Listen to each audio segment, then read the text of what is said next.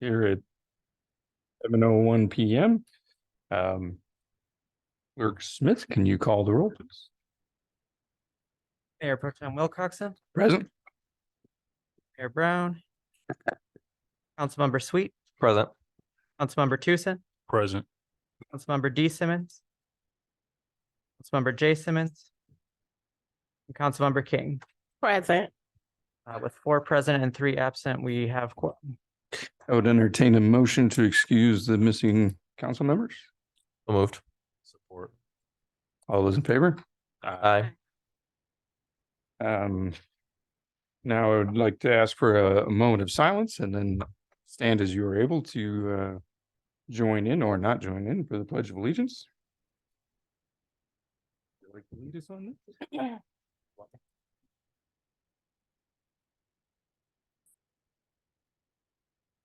Pledge allegiance.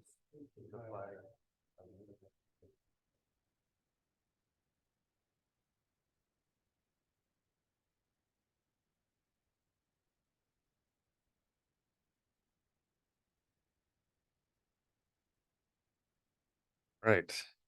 Ooh. Thank you. I would entertain a motion to approve the agenda, or are there any other additions or changes to the agenda at this time? So moved. Support. Voice vote, correct? Yep. All those in favor, say aye. Aye. Aye. All those opposed? Oh, so passed. Now is the time for public comment. This is a chance for people in the room and online to express 3 minutes of opinions about whatever you'd like, actually.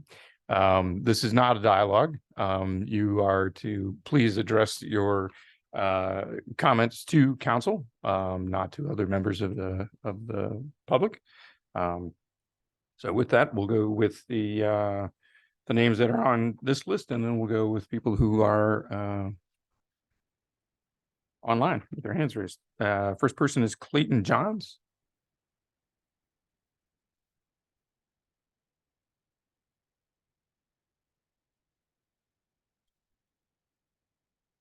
Good evening. Have a couple different things. I'm here with the McKinley Tenants Association. And I wanted to bring attention to the living conditions that a bunch of McKinley tenants, live in.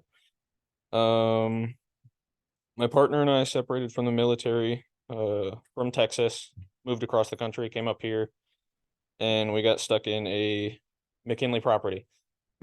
McKinley properties, there's mold everywhere. Our entire bathroom floor, if you pull up the linoleum a tiny bit, it's full of black mold. The walls, mold, and McKinley paints over it. Our first month here, I witnessed 3 evictions. One was directly above me, and the entire tenant's property was thrown from the top floor, which is on the 3rd floor, which is ridiculous to me. It's enough that someone's getting evicted, let alone breaking all of their stuff by throwing it off the top floor. Instead of fixing issues that McKinley tenants continue to speak out about, McKinley recently in the villas decided to pay for a power washing of the roof. Doesn't serve much of a purpose in my mind when their buildings are infested in black mold. I think it's kind of silly. But what do I know? They are not very good at guiding water. Every time it rains, water just pools around the foundation of the building. When we moved in, we were told to leave our AC on at all times to help out with the mold. That's it. Stairs in the hallway are rickety. Some have holes, which is a pretty big health hazard. The bricks above our entryway are supported by a thin piece of wood, could fall at any time. McKinley has 0 warning whenever they shut off our power. There's been a couple times where they're doing work on a apartment near us or above us or below us, and they just shut off the water for however long they want. I've talked to them a couple times. Most times they just say it'll be back on in 5 minutes, and then I'm left sitting waiting for an hour or two until the power, or not the power, the water comes back on, sorry. Let's see. Ceilings are missing tiles, there's visible water damage, pipes are leaking all over, causing more mold. The entire apartment building is uneven. We get a lot of bugs, no matter what we try. There's ants, cockroaches, all kinds of bugs. Yeah. I found out that a tenant was being taken to court and evicted due to too many maintenance tickets. That's it. Thank you.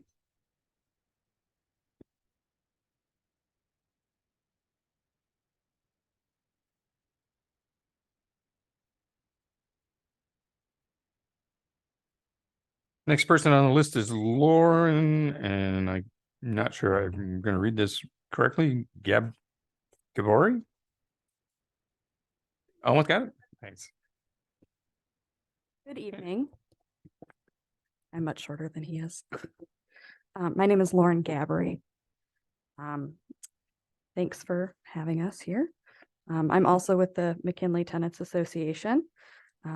Like me, you might have heard the financial advice to make sure that your housing costs are about 30% of your income. It's hilarious, right? I'm sure many people in this room understand that that's not feasible in our current economy. Housing prices have risen exponentially faster than wages. And when I needed housing and needed it quickly, the only options I could afford were McKinley properties. I thought it's not perfect, but I can settle for paying 40% of my income. I need a place to live. Since then, it's jumped up to 57% of my income. That's more than an entire paycheck. I've been putting off dentist appointments, doctor's appointments, car maintenance, just so I can have a place to live. Someone making minimum wage in Michigan would be paying about 80% of their paycheck to rent just to live at one of these places. For all that money, you would think that these are well-maintained units with new appliances and a very responsive maintenance team. Unequivocally, they are not. My building has a mold problem that McKinley has refused to address, and I'm one of the very lucky ones. You would hear much worse from some of my fellow association members.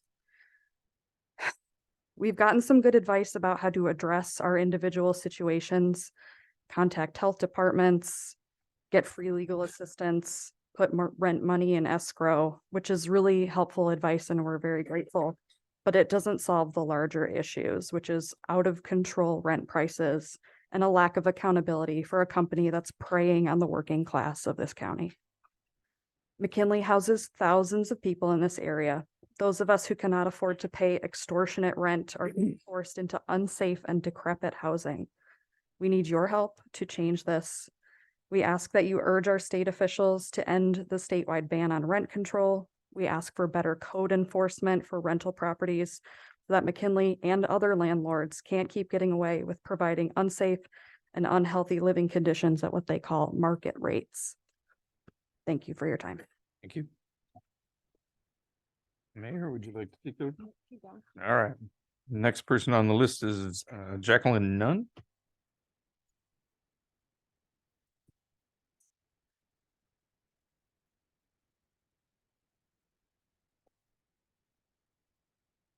Good evening. Good evening. I want to address the property at 466 Madison. I've contacted several of the members of the city and I've been getting a runaround. This property caught on fire in 2022. Only 25% of the roof is still existing. The roof caught on fire. No one has lived there. The owner died in 2010. I've been calling them about the chimney was falling. Bricks were landing in my driveway. Now I have wildlife on top of, when you look at the dangerous good list, when Mr. Weaver came out, said that the house didn't qualify and wasn't on the list, that they were going to issue tickets, and I realized that no tickets are being issued. So now I have all this property coming over, all these varmints coming over on my property, and I keep getting a runaround. Mayor won't call me back. Francis said, can't do this. The other one, I think Ray is in the hospital. Nobody is doing anything. They are concentrating on rental inspections. But my property is steady getting overrun by this property. And they were talking about they looking for the owner. The owner's deceased. He's been deceased since 2010. So when you look at this list, it says that it hasn't been, no one has lived there. It's been boarded up. When it caught on fire, they turned the power off so that it wouldn't be demolished. Mr. Hobbs came out about the property because some of the firefighters were sitting on my patio furniture when the house caught on fire. So when you look on this list, it's like it caught on fire. There's only 25% of the roof still there. Chimney is still leaning, and the ordinance has been boarded up for the last 10, 15 years. Mhm. So when you look at the citations, no citations, it's not on the dangerous good list. Nobody's coming. They did condemn it, but they're not doing anything else. The brother will come and cut the front yard, but he's not doing anything about the backyard. And then the items that the fire department pulled out of the house is still laying out in the yard. So it's like, I'm just asking for help. Yeah. Because nobody, when I keep calling the ordinance, this, that, and the other, he's sick, somebody died, that's a part of life, but I'm steady paying my taxes. And I say, so at the end, what are we doing? Oh, we're gonna issue tickets. Well, no tickets are being issued. I talked to the brother that comes and cut the front yard, but he's like, we're gonna put a roof on it. That happened 2 years ago. What are we gonna do? I said, well, can you give me something to stop all this wildlife from coming over on my property? And he's like, I don't have anything. So now I gotta double treat my yard for mice, the raccoons, the gophers, all of that. But I'm not getting no help from the city. And that's what I'm asking today is help. What do I do next? I'm just asking for help. Thank you. Sure. Can you give the clerk your contact information? Yeah, thanks.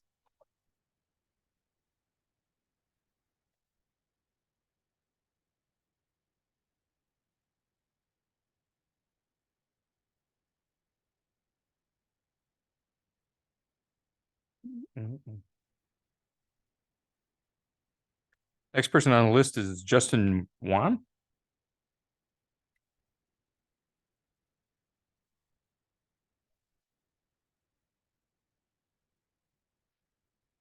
You can pass them to us.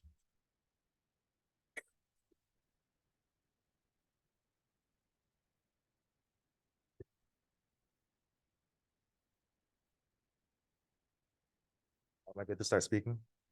Yeah. Yeah, we're here tonight as the McKinley Tenants Association, bringing together tenants from across McKinley properties in Ypsilanti, the townships, Ann Arbor. And we're speaking together because our current living conditions are frankly unacceptable.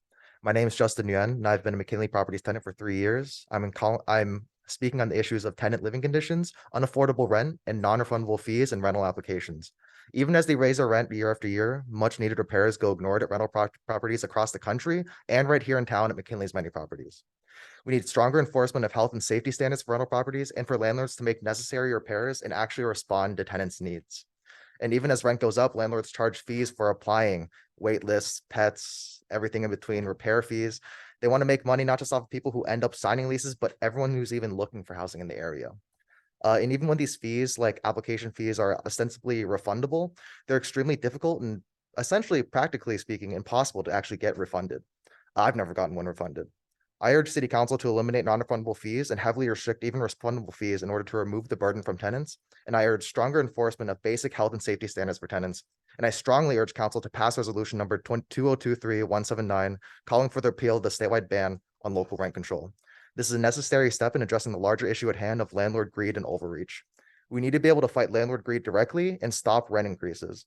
The results of recent reforms like the early leasing ordinance and right to renew in Ann Arbor show that landlords themselves, whether huge corporate monsters like McKinley or so-called mom and pop landlords, can't be trusted to self-regulate. Even when we win small reforms like that, we've seen that landlords use rent increases to make up the difference because they know there's no oversight over rent. if they can't charge one fee, they'll just raise our rent in general. And if we're to truly bring landlord greed to heel, we need this to end, and we need an end to the statewide ban on local rent control. Thank you. Thank you.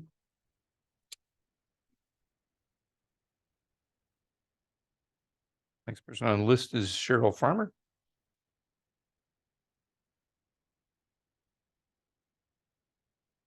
Good evening, Cheryl Farmer, 214 North Huron Street. I'm here because Growing Hope is a failed nonprofit under the current director. 7 of 12 of the board members have resigned. The police calls continue at 16 South Washington unabated. They either can't or won't or are unable to control their space. I don't know. But I was called on Friday by board member Jessica Kruger, who said that things had changed. There were going to be market changes. And so I held my breath and hoped it was true. I got calls repeatedly, texts over the weekend for the things that were happening, the fights being broken up by the police, the ambulance calls.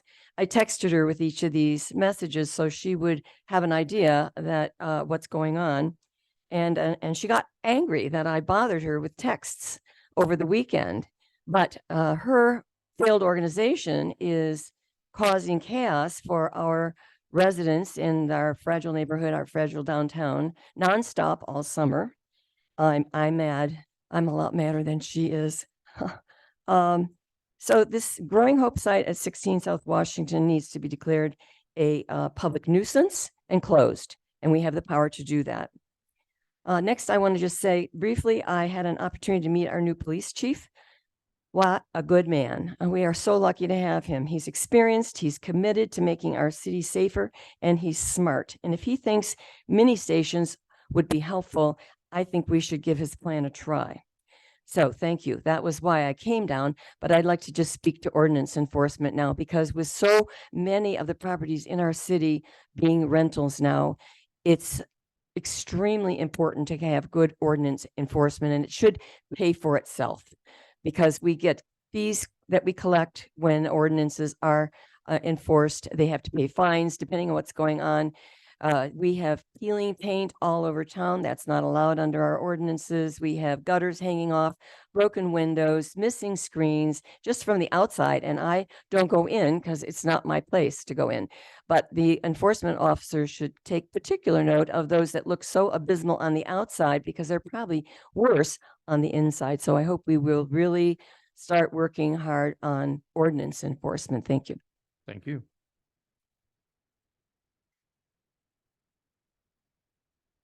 Next on the list is Ricky Jefferson. Good evening, Council. Evening. Ricky Jefferson, Reverend Ricky Jefferson, member of St. John Missionary Baptist Church here in Ypsilanti on Monroe Street, and a former city councilman, former commissioner. And I say former because people are still calling me because somebody in the city not doing their business. That's my friend Jackie just came up and discussed about the house on Madison Street. So I just wanted to let you know that all the things that she said falls within your vacant and dangerous buildings departments. Those things that it says that triggers it have already happened there. Fire, excessive ordinance enforcement, remains vacant for 12 months. The man has been dead since 2010, and his name is still on as the owner. Somebody's paying the taxes, but nobody's taking the problems that is happening there seriously, because every time she calls, she don't get an answer. All she needs is some help. And if you can do that, I would appreciate it. There's been on the dangerous building list, it says the building is damaged by fire. There you go again. The collapse due to dilapidation. The roof is dilapidated. I had a cousin that lived here on Adams Street. The house was dilapidated, the roof was falling in, the ceiling was falling in, and you guys condemned it and made them leave and move out of it. What's the deal with this house? Because see, I'm at home dealing with my 21 grandchildren. I'm trying not to be in politics anymore, but if I get a friend that calls me, and I've asked the mayor, I've asked all the Ward 1 representatives, take care of the people. Because if you don't, I can't support you. Even though I know you didn't support me, but anyway, the thing is, the house needs to be put on the vacant and dangerous list. I don't know why it's not on there when all these things on your site say it should have been on there a long time ago. Now, how you gonna have a owner that's dead and not deal with it? So this is what I asked council members to do. See, this is not something that may not be written that you may have read as far as your job, but constituent issues is your issues. That's on my heart still. You see, I'm here. I need to be at home eating dinner. But when she called, I had to come up here and I'm telling you, I don't want to come back. Because if I come back, there's going to be some other things that I know I can do that can make this thing happen. So please take care of this woman. All the stuff that I heard about the rentals and all that kind of stuff been going on since I was here in 2010. I don't know who is going to hold Ypsilanti accountable, but this place is not going to be a place that people are going to want to come to live in. And it's going to be because no action is taken by those who have the power to take the action. So please take action. Thank you. Next person is Jamie Fitzgerald.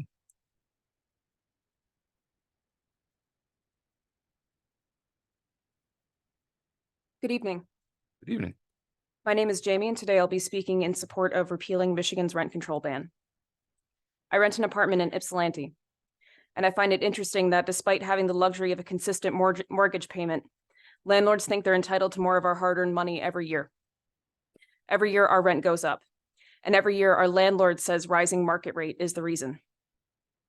It seems to me the market rate is the amount of money that landlords collectively decide they can upcharge us before we'd rather be homeless than pay.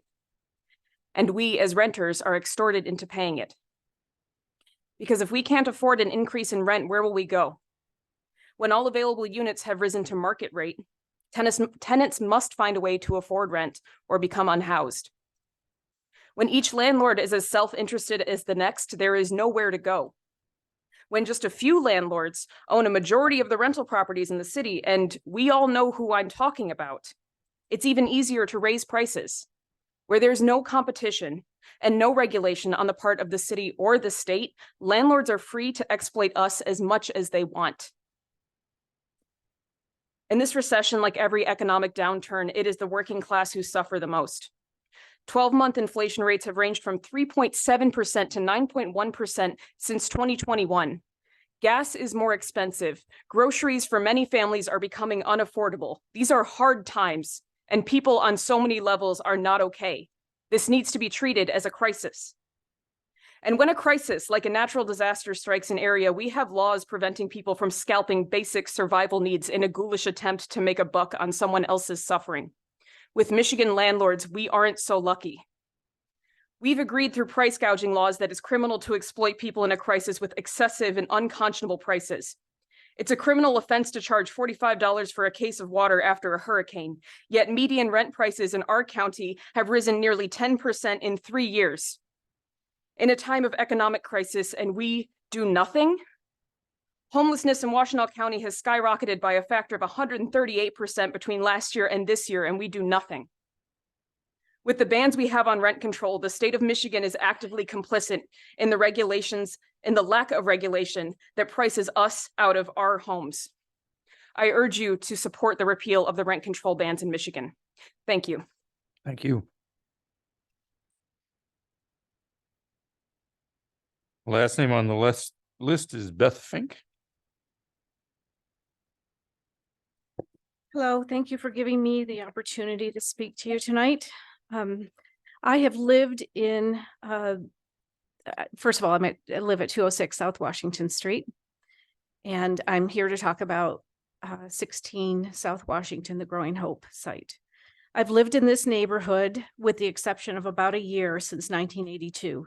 I've witnessed many kinds of shady activities and many kinds of wonderful happenings in our neighborhood. But since about July, I have never felt so more unsafe walking on my street. I could go into detail about the personal attacks that I've received, about the aggressive panhandling, about the things that I have witnessed, I've seen, and I've talked to several of the people who are hanging out at that location and what they have said. But the thing that I really want to say to you is that it's a public nuisance and a public disgrace. And I'm certain all of you are aware of that situation, all the police calls, all the ambulance calls. And I'm not saying that the homeless situation isn't a problem. It is. We all know it's a problem. But this is in particular is not about homelessness. It is about the lawlessness that we are witnessing daily, during the day, during the night. It's going on constantly. And honestly, we've worked pretty hard to make Ypsilanti a cool city. But what's happening over there right now is far from cool. And I'd like to know what you're going to do to help the residents of Ypsilanti feel safe. Thank you. Is there anyone else in the room that would care to speak? Have a hand in the back. Yep.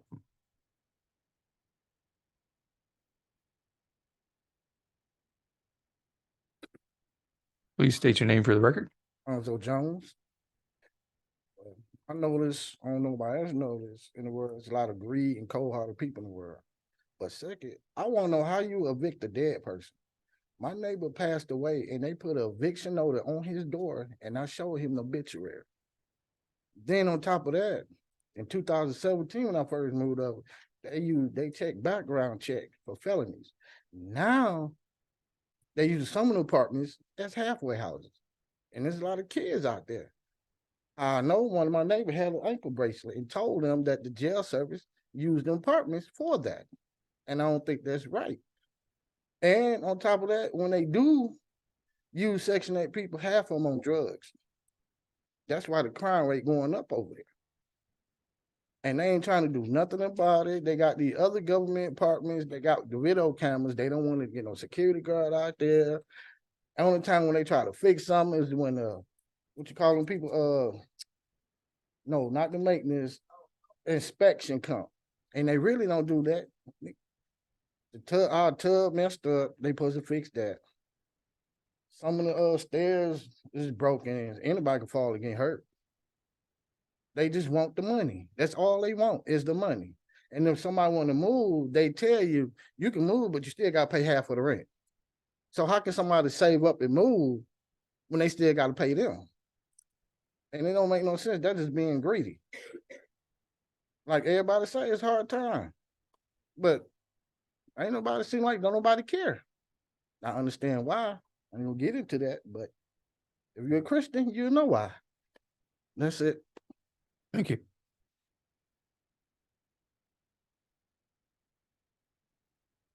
He was next.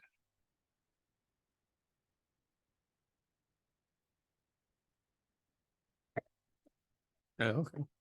Good evening, Mayor and Council. My name is Steve Pierce, 118 South Washington. I had not planned to come and speak this evening, except I got buzzed by a number of cop cars rushing down the street right at 7 o'clock, just as you were starting the meeting. And you know exactly where they were going. And another woman got assaulted. This is what's happening on this property on a daily basis, in front of this property and across the street. Most of the victims are women. Most of the victims are not homeless. They're addicted.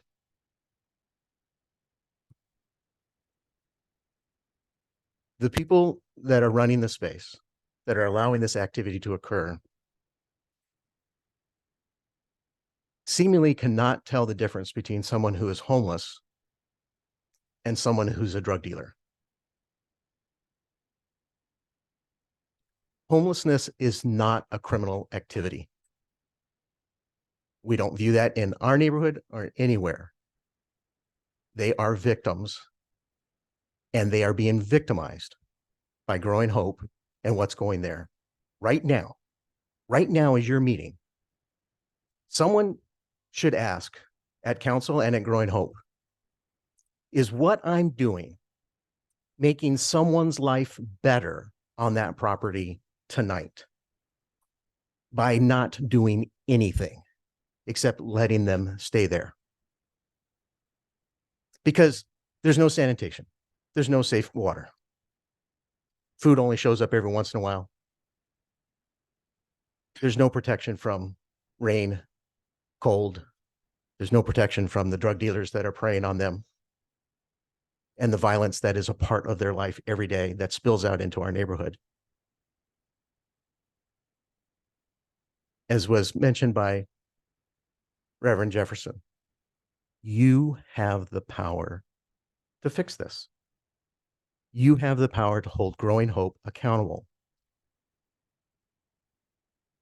They need to take care of their community. And if they are not going to stand up for the people that are on their property, who are being victimized and attacked and abused every single day, then you need to stand up for those victims and for the neighbors who are suffering from this. The board member who said that they didn't want to be bugged on the weekend, that's the same thing that we're struggling with. When they leave at 5 o'clock, they're gone and we're left with this. You can fix this. Please help our neighborhood. Please help the people on this property that are the victims. Thank you. Thank you. Down front. Oh, before you start, you wanted to ask a question? Mr. Jones had just talked about an apartment complex, but I didn't hear the apartment name. Thank you.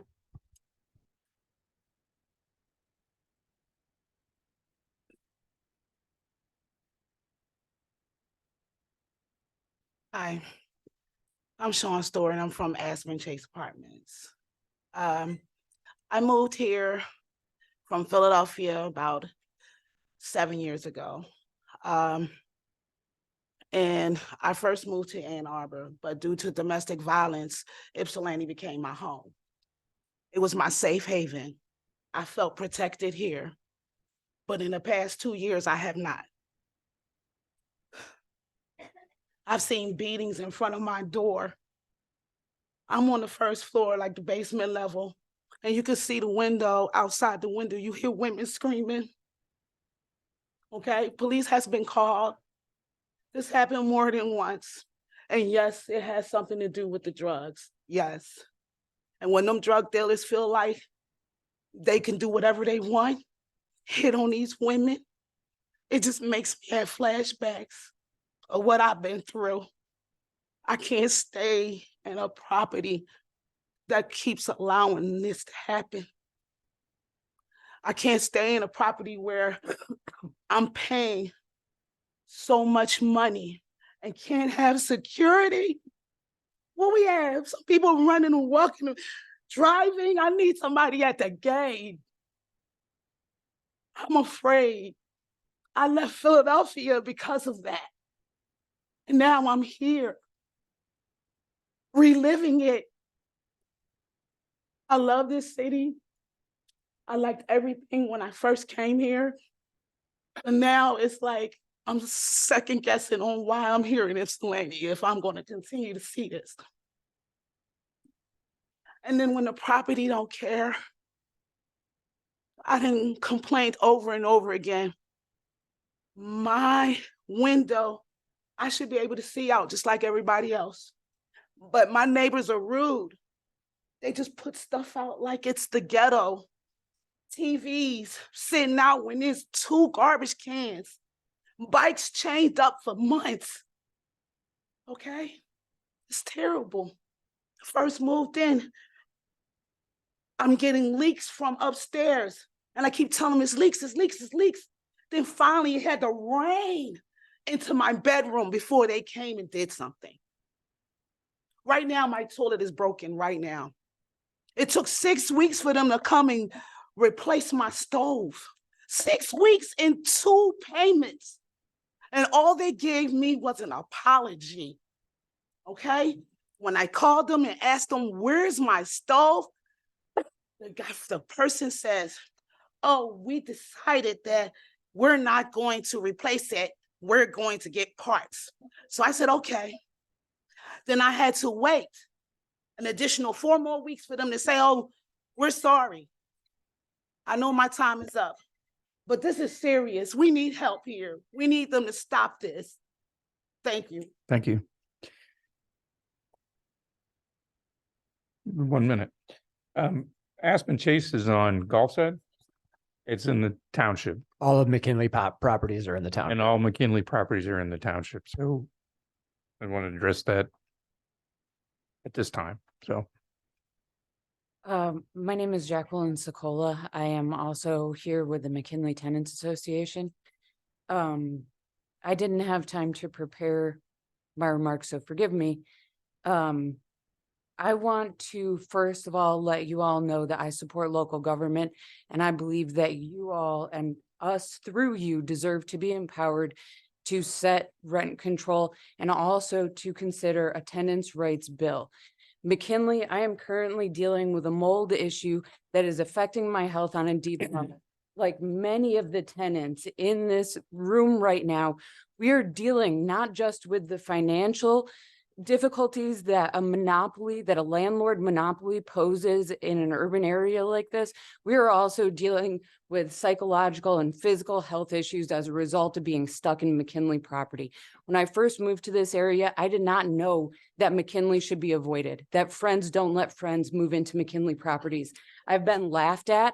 I have been given deep and profound sympathy for having the bad luck to move into this property. I'm really going to try to focus here because I could go on and on. There are a couple of things that you need to know. They do not respect permission to enter.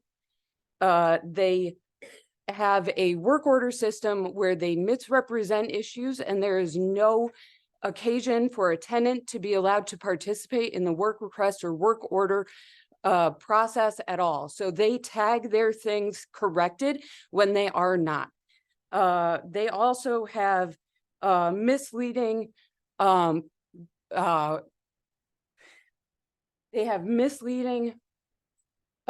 clauses in their handbooks and their leases, which suggest increased tenant responsibilities like mold remediation is my problem. I'm about to spend $550 to get mold testing in my apartment. I make $700 a month.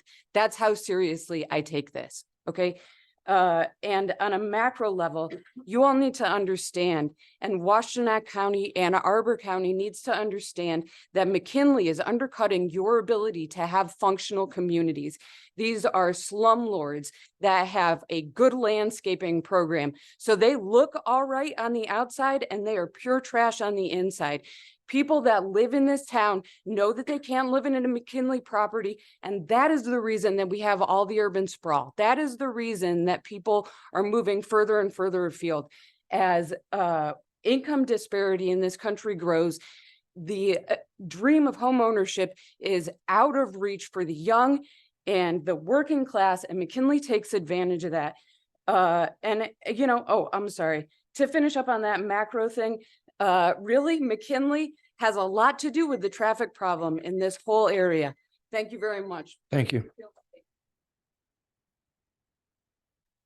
At this time, if there are people that are addressing issues with McKinley and there are no McKinley properties in the city, I'd like the clerk to have a sheet so you can leave your name and contact information and the address that you're complaining about, and we will pass that on to the township if that's where it is. So it's I either don't know if I agree with that, actually. that's fine. You have that right. I'm just saying you're limiting public comment because it's not in the city. But I think that there's other issues to understand. You jumped the gun. I didn't say I was limiting anything. I said, if you're here to address McKinley, then leave us your name and contact number and the address that you're complaining about, and we can forward that to the proper authorities. Can I jump in? Sure. Thank you. So like Mayor Pro Tem Wilcoxon was saying, I appreciate the public comment and I welcome it, but we do need to know who those individuals are so that we can provide that information to the proper jurisdiction, and that is Ypsilanti Township. So we welcome you to give us your comment. I don't think he was trying to limit comment, but just to make sure that the information gets where it belongs. Because I know there are some shared issues with rentals in the city as well, but we do not have any McKinney properties within city limits, just to make that very clear. But continue. I'll take over after you're done. Anybody else? Thank you.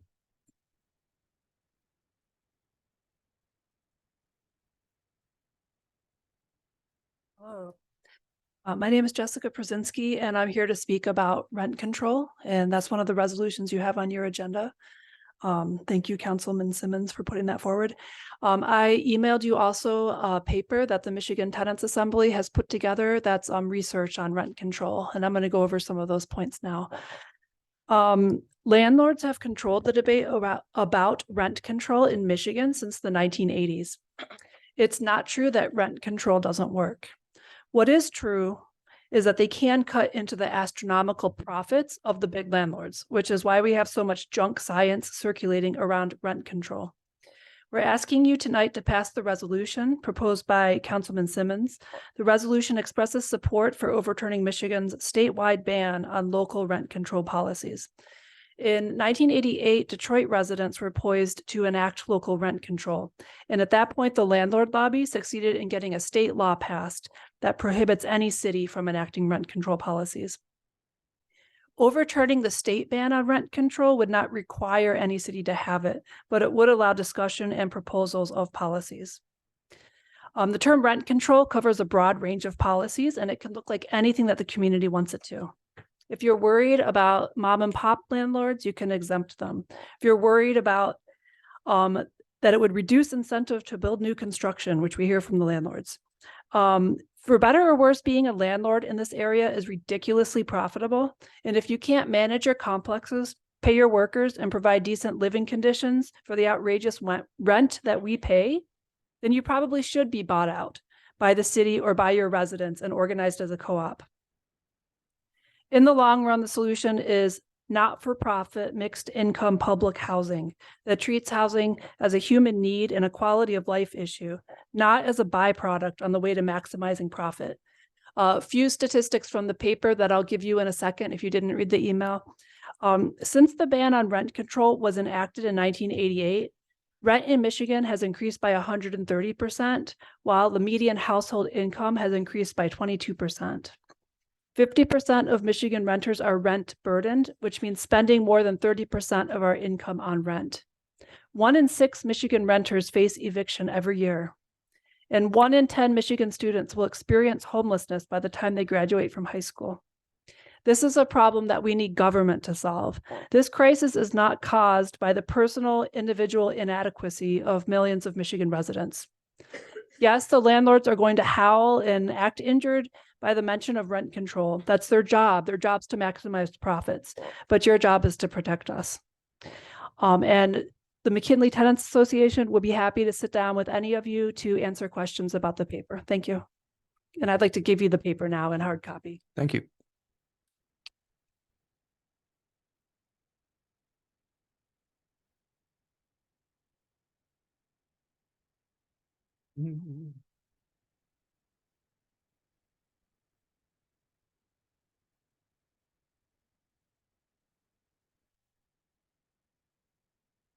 We have anyone else in the room for public comments? Good evening, council. My name is Jim Fink. I live at 206 South Washington. It's not very often Steve Pierce has a fact wrong, so I'll correct him. The fight tonight was not at the Growing Hope place at 16 South Washington. I know because it was I who called the police as I was walking over here. The crowd was directly across the street, hanging around the legal aid building, the old Smith Furniture building at 15 South Washington. And it was so loud that the dispatcher could hear it as I was calling it and walking along. I didn't see anyone get hurt. I'm sorry to hear that someone did. I have a potpourri of things. I had some business with the clerk's office. I think it was last week, and I came in and it was handled politely, efficiently, professionally, and I was impressed and pleased. Chief, welcome. Glad to have you here. And I had one other thing, well, about the Growing Hope. We've raised 6 kids in that neighborhood, several different houses as we outgrew them. And people would say to me, folks from the town to the west and other places, well, you know, how do you do that? How do you raise a family in Ypsilanti? And besides being offended by it, I would say, because you just live in the town like it's a normal town. My kids rode their bikes on the street. We would walk around. They, you know, this is a great neighborhood. It's a great community. But right now, my grandchildren over here, I would not let them traverse the 10 block of South Washington without an adult with them. That's never been the case. And as Steve said, it's not about somebody being homeless. There are things we can do for folks. It is about inappropriate behavior all hours of the day and night. I know several of the folks that are hanging around there. I know them by name because I stop and talk to them and get to know them. Sometimes we're able to help them out. Sometimes we can't. But what is happening there is not good for them. It's not good for the community. I ask that you use the tools you have. Last thing, to our DPW director, the speed bumps work great. I think we're in our 3rd or 4th year. Thank you. They really make a difference. Some kids move out, new kids move in, and they really help control traffic and make it safer. Thank you. Next.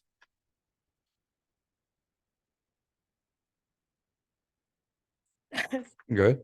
My name is CG. I originally came to speak in support of the repealing the ban on rent control, but I'm not a McKinley tenant.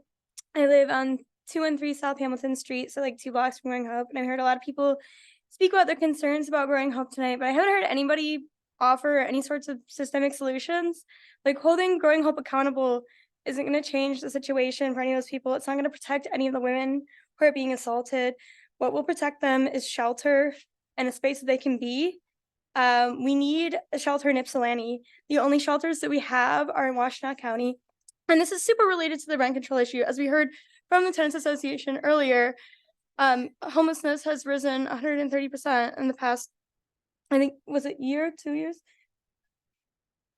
183, sorry, in the past year. And this is because of rising rents. Like a lot of domestic violence situations. I personally was in a situation where I could not afford to leave the property that I was in, and I was being assaulted by my roommate, and I had to stay there.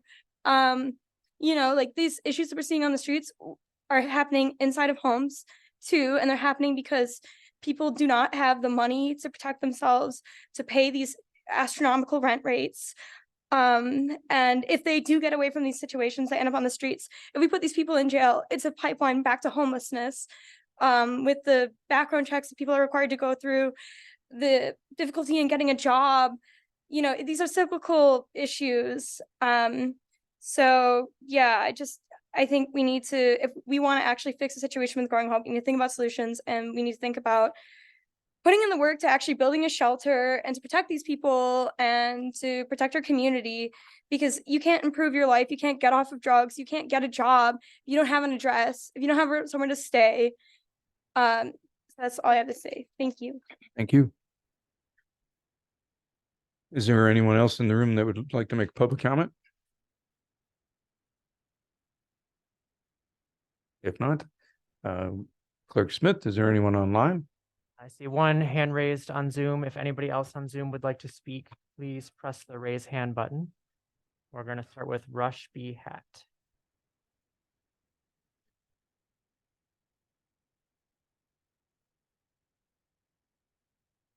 Can you hear me? Hello? Can you hear me? Sure, that's better, yes. Okay. My name is Rush Bott. I'm speaking, I guess, on 3 issues. One is I'm appreciative of there being a McKinley Tenants Association grassroots being formed, and I hope the city will support us. I moved to Michigan almost 10 years ago from Ontario, giving up my alimony and my divorce there. in order to obtain sole custody with permission to move to Michigan, access autism services through.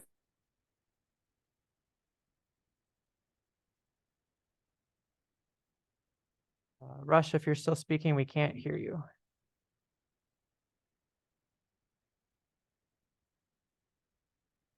Health insurance. Those autism services old son in Ontario. That is the only. I'm appalled by at McKinley. My rent gone from 850, the same 3-bedroom apartment, to currently $1,700. That to me is not an inflation related increase, not a market rate increase. That to me is price gouging. This year alone, my rent increased by $300 for a 14-month lease, while I was insistent on a month-to-month lease to try to move out, to try to buy a house. Unfortunately, that is beyond my capacity at this point because of housing prices, the bubble we're in with being able to afford houses. I was then told that my rent would be increased by $450 per month, with an additional $150 per month for a month-to-month fee on that lease. The lease that I was then sent was for a every 2-month renewal lease, and it was called a month-to-month. And the termination on that lease is 60 days. So it's just weird. All of the legal contractual paperwork is different from the verbal instructions that we are given from the office. So the negotiation process in itself flawed, and there's a power and control dynamic there. I was threatened with holdover period and to be charged twice the rent.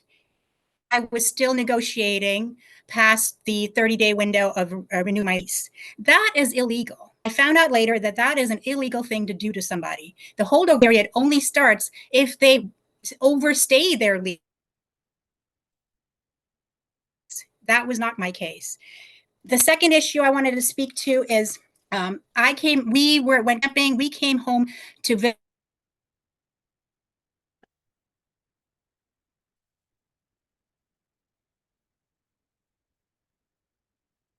Sorry, Rush, you've cut out again, and the 3 minutes is up. So the next speaker will be Lee Tucson. Before that, I'm going to put a sheet in the lobby just outside the door for any folks with McKinley who wants to leave information for us. I also have written the time and date of the next Ypsilanti Township Board of Trustees meeting on here if you wanted to take a picture so that you've got that information. So Mr. Tucson, I'm going to allow you to speak now.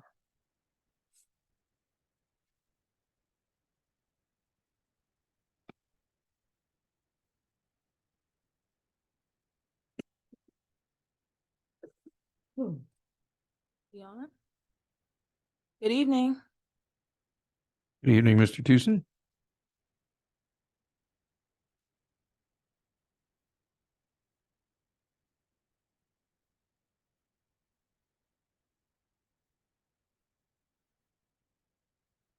Did he just choose not to talk? You didn't hear anything. Didn't hear anything. Hello, can you hear me now? Okay, we can hear you now. Okay, great. I have been very disheartened over the last 2 weeks concerning the homeless. I hear people say those people are not homeless. When I can get up at 7:30 in the morning and go downtown Ypsilanti by the Growing Hope and see those people lying on the concrete with old used nasty clothing, nasty linen, you can't tell me that 5, 6, 10 people that I have observed are not homeless. As early as this morning, I did the same thing, and those people were there in the cold, and you could see their breath turning to smoke. So we know they're homeless. I heard a comment from 2 people from the township that confirms that this is not just a Ypsilanti's problem. It's a problem that's going on and has been going on, and hopefully someday it'll be corrected. We hear about people that has been on council, been on commission, been on various government jobs, and they were able to solve the problem when they were there. But now they pretend that they have a solution.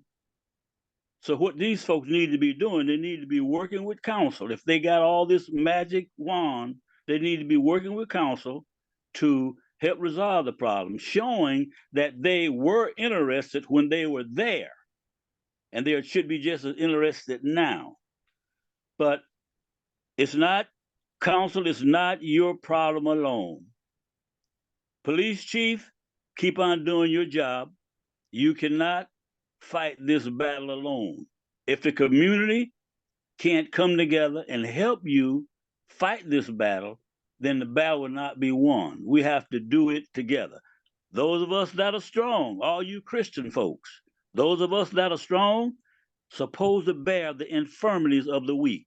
So let's consider these people as being weak, and we're the strong one. So let's help them. Thank you.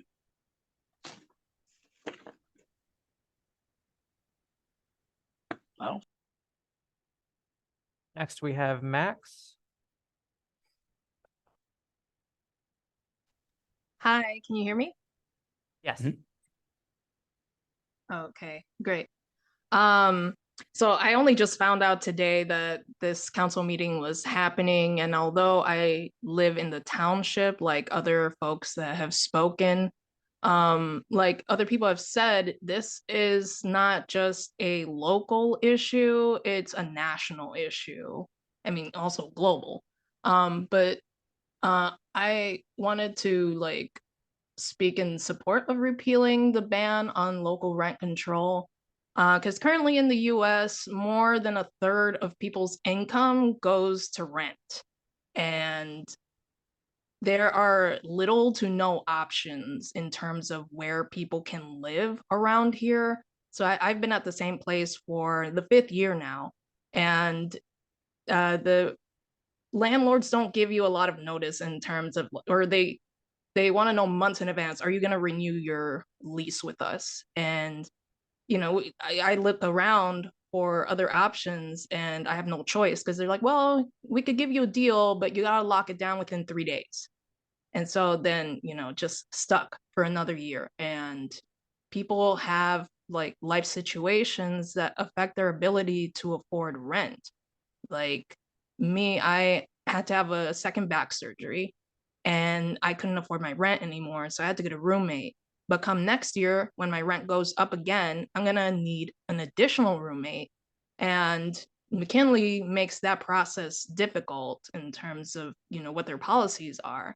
And I believe there's a lack of information when it comes to when council meetings are taking place. So like you had said, like the people who are with McKinley, they're within the township. I tried looking up information about it, and it's really difficult to access that through the websites. There's just, it's like buried.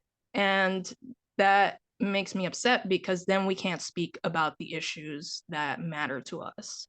But I do appreciate that there are people who are in support of banning rent control.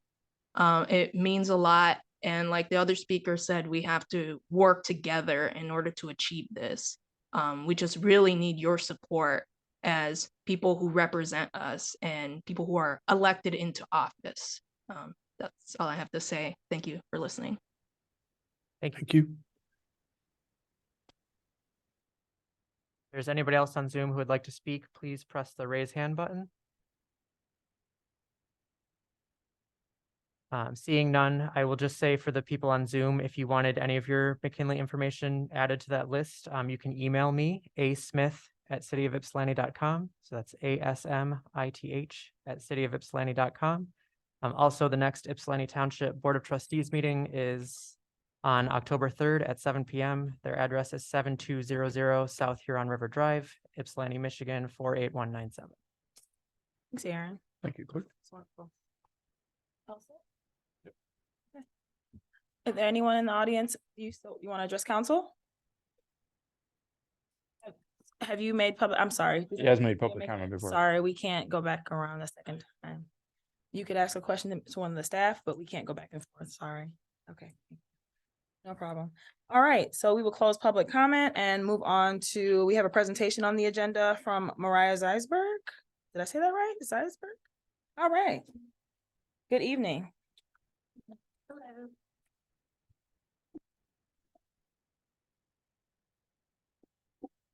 Oh, let me open up my notes here. So, my name is Mariah Zeisberg. I'm an Ypsilanti resident, and I have a presentation on CR boxes. Thank you for inviting me to share what I know about CR boxes and quality indoor air. And I'll say I don't have any special background, expertise, or qualifications. I just speak as a concerned person in Ypsilanti. Desiree Simmons knows about my passion for quality indoor air because I installed 8 CR boxes at Ford Early Learning Center in Ypsi.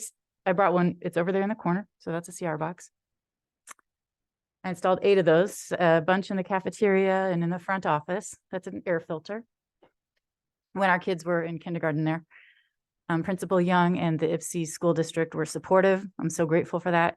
And I encourage you to take a visit at Ford sometime and see them decorated as robots and insects and monsters. You can breathe in that quality indoor air through a KN95, and you can say hi to the kids while you're there.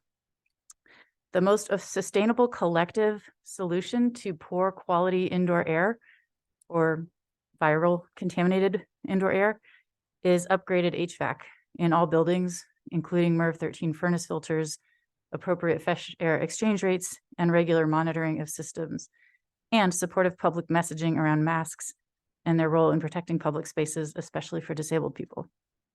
CR boxes, open windows, and portable HEPAs are supplements to this essential collective need. So what are CR boxes? They are 4 MERV 13 furnace filters, which are duct taped together to a box fan. About $150 if you get the really high quality filters, which I do. They protect against airborne virus of all kinds. So that's COVID, flu, RSV, measles, TB, others. Dust and allergens. They protect against mold in the air. Definitely recommended for anyone suffering from that. They protect against substances that might be carried in dust, like PFAS or cooking oils or other pollutants. The ones in the cafeteria get like pretty gunky fast. And they also protect against particles that are in wildfire smoke. Very useful for people without AC like me.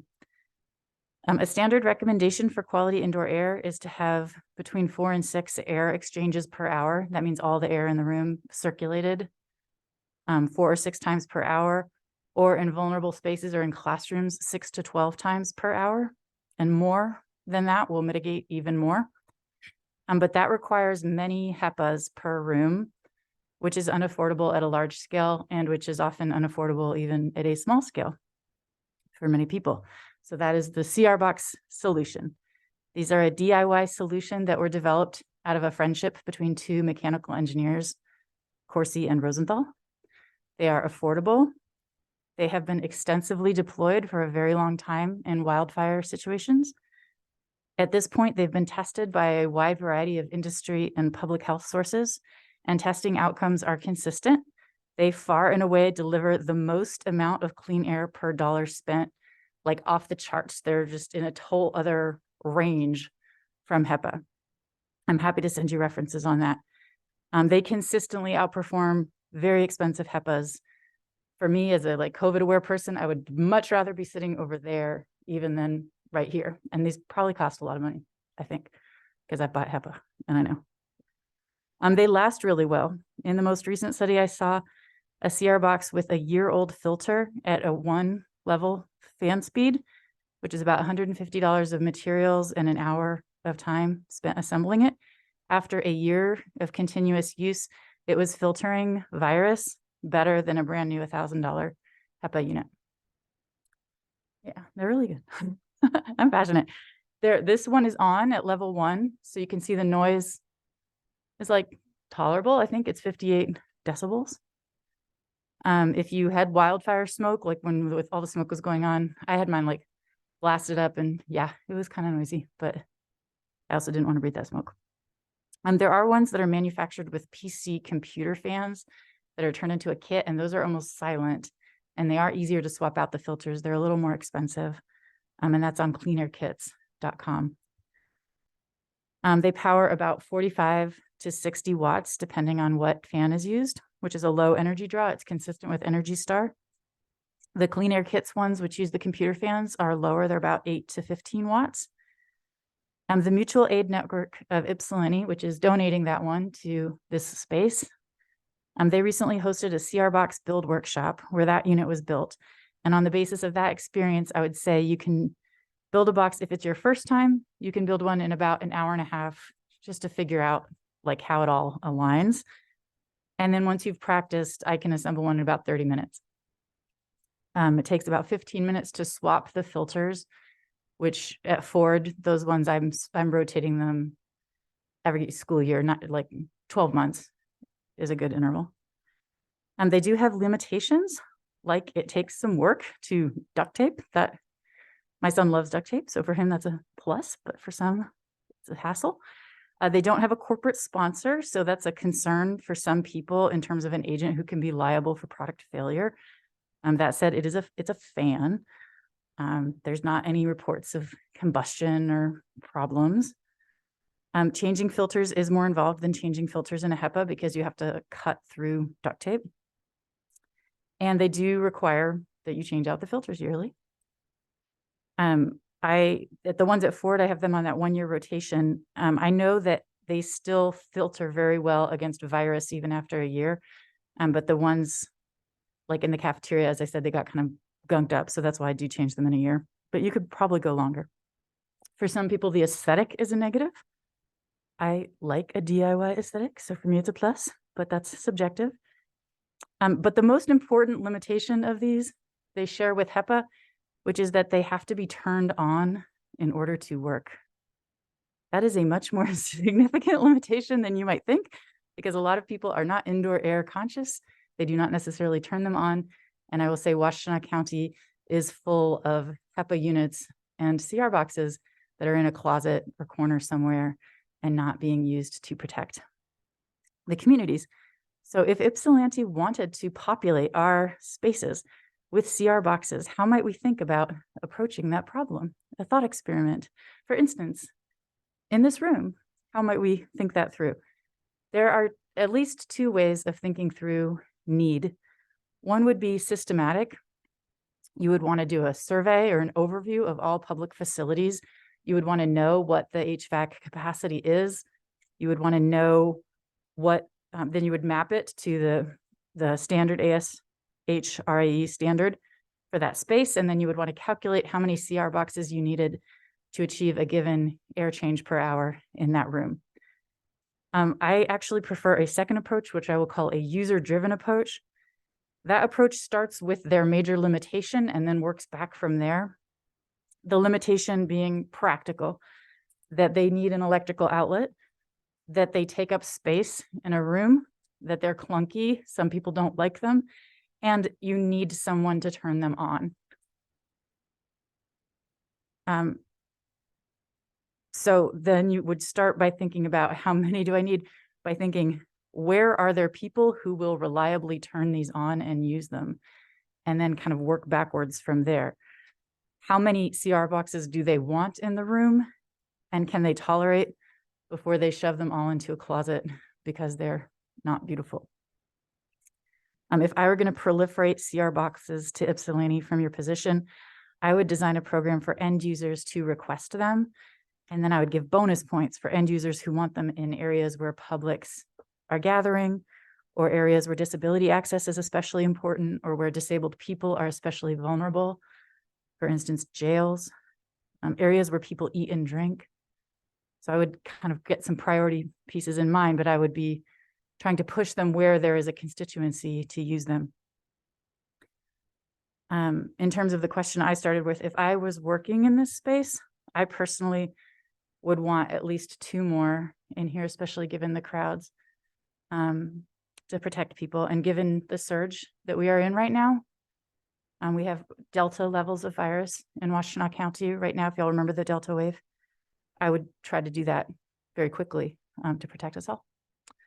That is my presentation that I prepared. If there's any questions, I'm happy to answer them. And if not, I'm happy to not. Questions from council? Any comments from council? Councilmember Simmons? Thank you. Thank you, Mariah. And yeah, so Mariah, I asked Mariah about this a while ago, in part because I was interested in starting to think about city-owned spaces overall and something that we could do. Excuse me.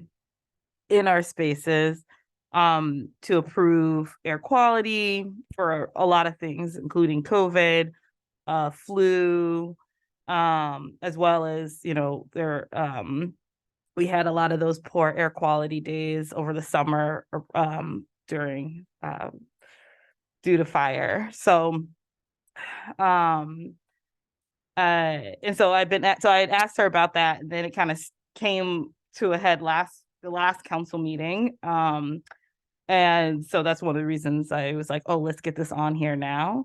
But a question I do have in general, which isn't so much for Mariah, but for us to think about what this looks like. You know, I was thinking about, for instance, for putting this together. So the many did hold like a time where people put them together. If that would be something we would be able to do, or if we have to have city staff to put them together. And for us to be thinking about the different spaces that the city owns and runs, or that programming happens in. And so that's a question I have for the group in terms of, you know, what that looks like for us to really explore, trying to, you know, improve the quality in all the different spaces that we have community gatherings.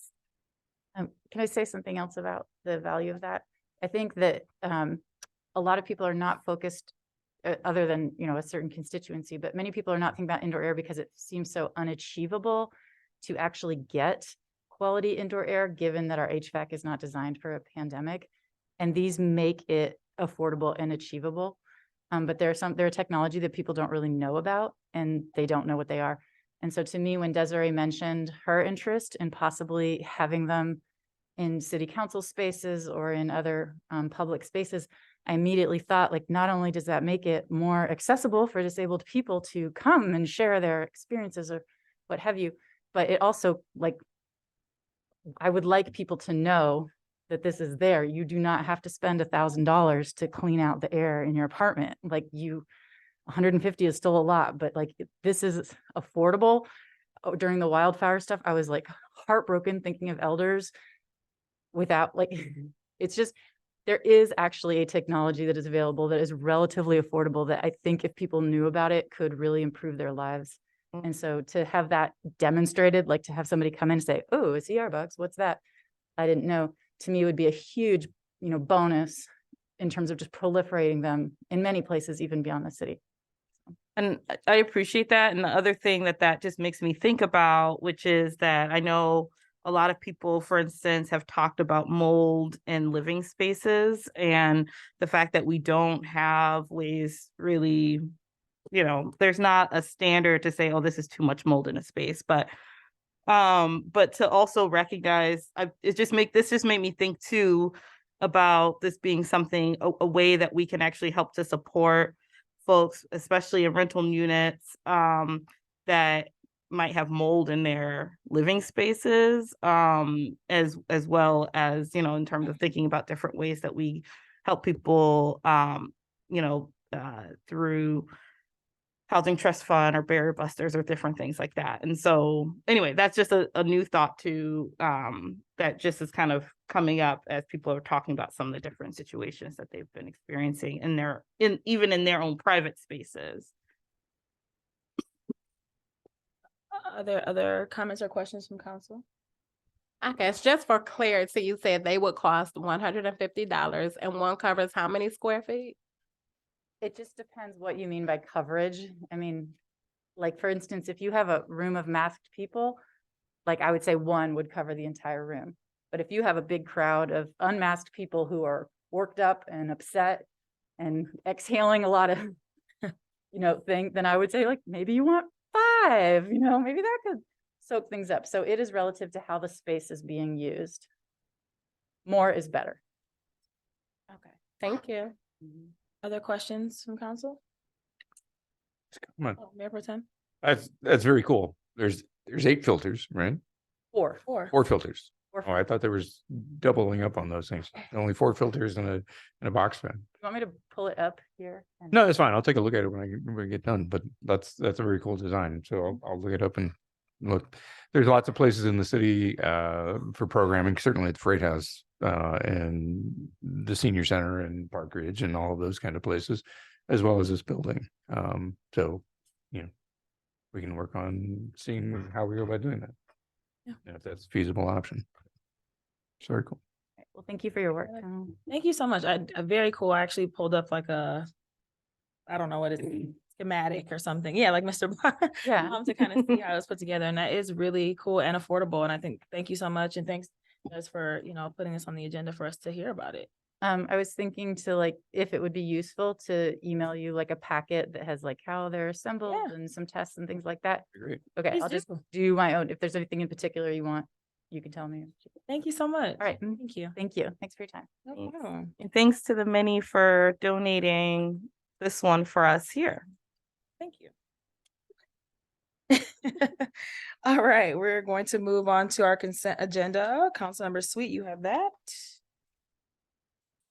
Resolution number 2023-176, resolved by the council of the city of Ypsilanti that the following items be approved. Resolution number 2023-177, approving the minutes of the September 5th, 2023 city council meeting. Resolution number 2023-178, approving ordinance 1419, an ordinance entitled an ordinance to amend city code section 78-100 subsection 13 to prohibit smoking in city buildings and tot lot playgrounds and within 15 feet of any play structure in any city park. Second reading, and I so move. Or Moved and supported. Clerk Smith, please call the roll. Mayor Brown, Yes. Councilmember Sweet, Yes. Councilmember Tucson, yes. Councilmember D Simmons, Yes. Councilmember King, Yes. Mayor Pro Tem Wilcox. Yes. 6 yes on 1 absent. Thank you. Councilmember D Simmons, you have our first resolution.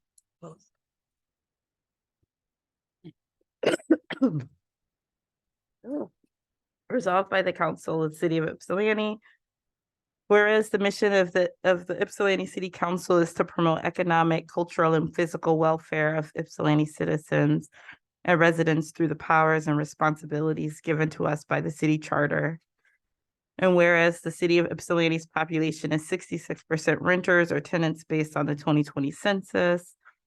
And whereas the Michigan State Housing and Development Authority found that as of November 2019, 50% of Michigan rental households are cost overburdened, which the United States Department of Housing and Urban Development has defined as families who spend more than 30% of their household income on housing and may have difficulty according necessities such as food, clothing, transportation, and medical care.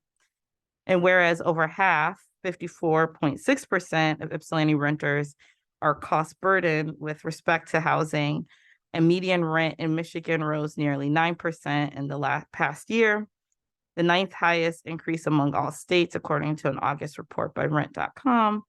But incomes have not been increasing to match this trend. And whereas 4,646 households, or 60% in the city of Ypsilanti, are asset limited, income constrained, and employed or in poverty, with 28.9% of the population living in poverty. And whereas in 2018, Washtenaw County's eviction filing rate was 11.3%, placing it 25th among Michigan's 83 counties, which means there was 1 eviction case for every 9 rental housing units in the county. And the city of Ypsilanti's eviction rate was 20.8%, where 92% of cases were filed for non-payment of rent, and tenants owned an average of only $1,110 in back rent and other charges at the time their landlord filed the case. And whereas there is no current law to regulate the amount that a landlord could increase rental prices, and residents have reported monthly increases up to $200. And whereas MCL 123.411 prohibits local governments from enacting any resolution or ordinance that would have the effect of controlling the amount of rent charged for leasing private residential property. Whereas Washtenaw County State Representative Carrie Ranigans introduced HB 4947 on September 7th, 2023 to repeal MCL 123.411 with co-sponsorship from our District 32 House Representative Jimmy Wilson Jr., as well as House Representative Felicia Brayback, and the City Council of Ypsilanti is in support of our legislative colleagues. And whereas municipalities facing similar challenges, such as Detroit and Pontiac, have also considered and passed similar resolutions.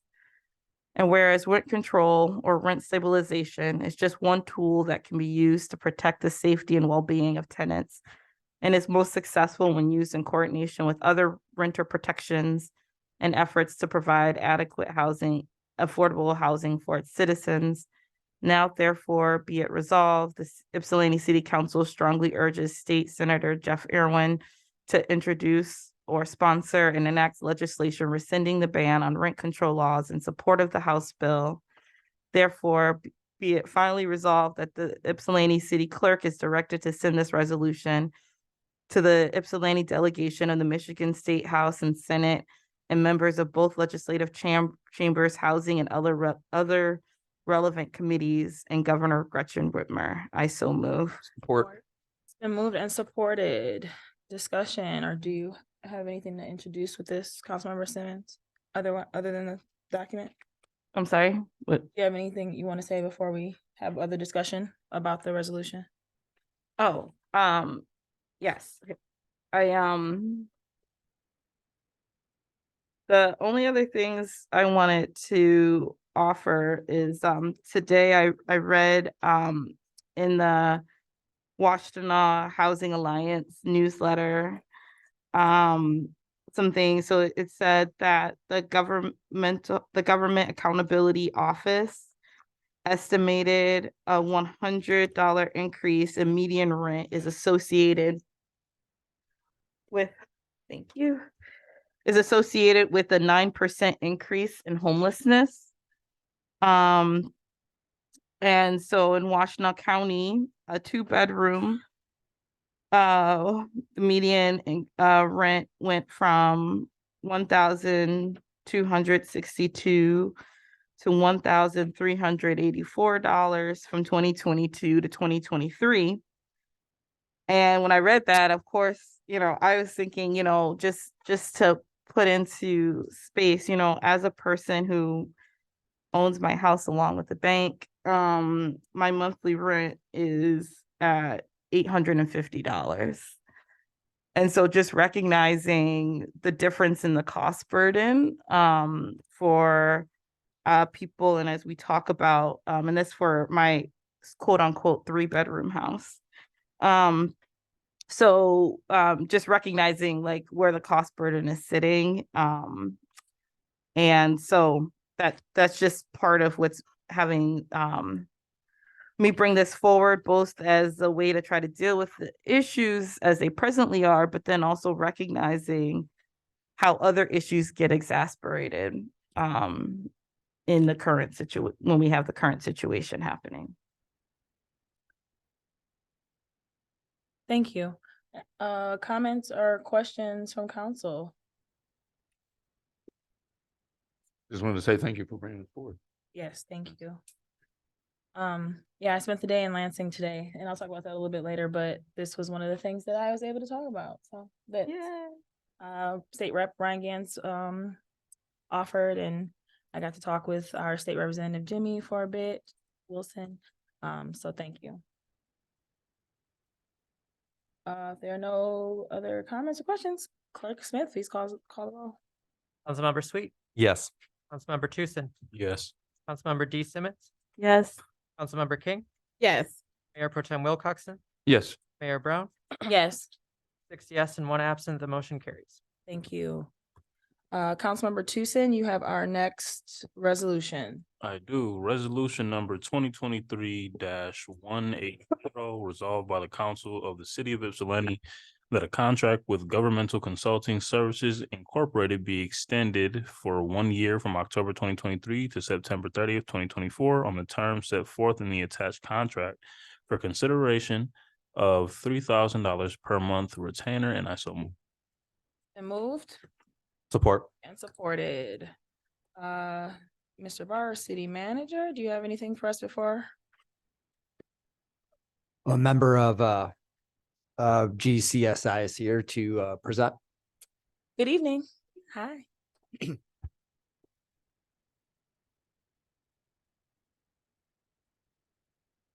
First of all, thank you for having me today. I'm really excited to be here. I haven't had the opportunity to meet most of you, but Mayor, Council, citizens of Ypsilanti. My name is Dwayne Gill, and I am employed by GCSI. Prior to the employment with GCSI, I served for 29 years with the Michigan State Police. During that time, one of my assignments was serving as a legislative liaison for the agency. That assignment gave me the experience and skills to be able to work with the Michigan legislature on behalf of my clients with GCSI. I have built ongoing relationships with many of the legislators and decision makers in Lansing. I also have deep roots within the communities of Ypsilanti and Washtenaw County. Prior to my career with the MSP, I was an Ann Arbor police officer, and I also served the United States Marine Corps and was actually assigned to the recruiting station that was right here at 61 North Huron Street. Since joining GCSI in January of this year, I was assigned to the city of Ypsilanti, and I was advised that I would eventually take over the contract from Mr. Kirk Profit. Mr. Profit retires on December 31st of this year. During the time that I worked with him, I had the opportunity to meet with the mayor. I had the opportunity to meet with a few council members, and I also met with the previous city manager. I met with Senator Irwin, Representative Jimmy Wilson as well. And each of them discussed with me the issues that have been affecting the city and what we needed to do in Lansing to address these issues. Working with the city, we have identified the major priorities and have placed them in and I have placed them in an activity document, which was given to you all at the last council meeting. I'll just go over some of the highlights of the priority that are, and we would like to see, I would like to see those through to completion. Actually, the next subject on the agenda would be about the Peninsular Paper Dam Risk Reduction Grant. The city of Ypsilanti and GCSI has been working with Eagle to obtain funding for the Peninsular Paper Dam Risk Reduction. Eagle was able to fund over $3,781,000.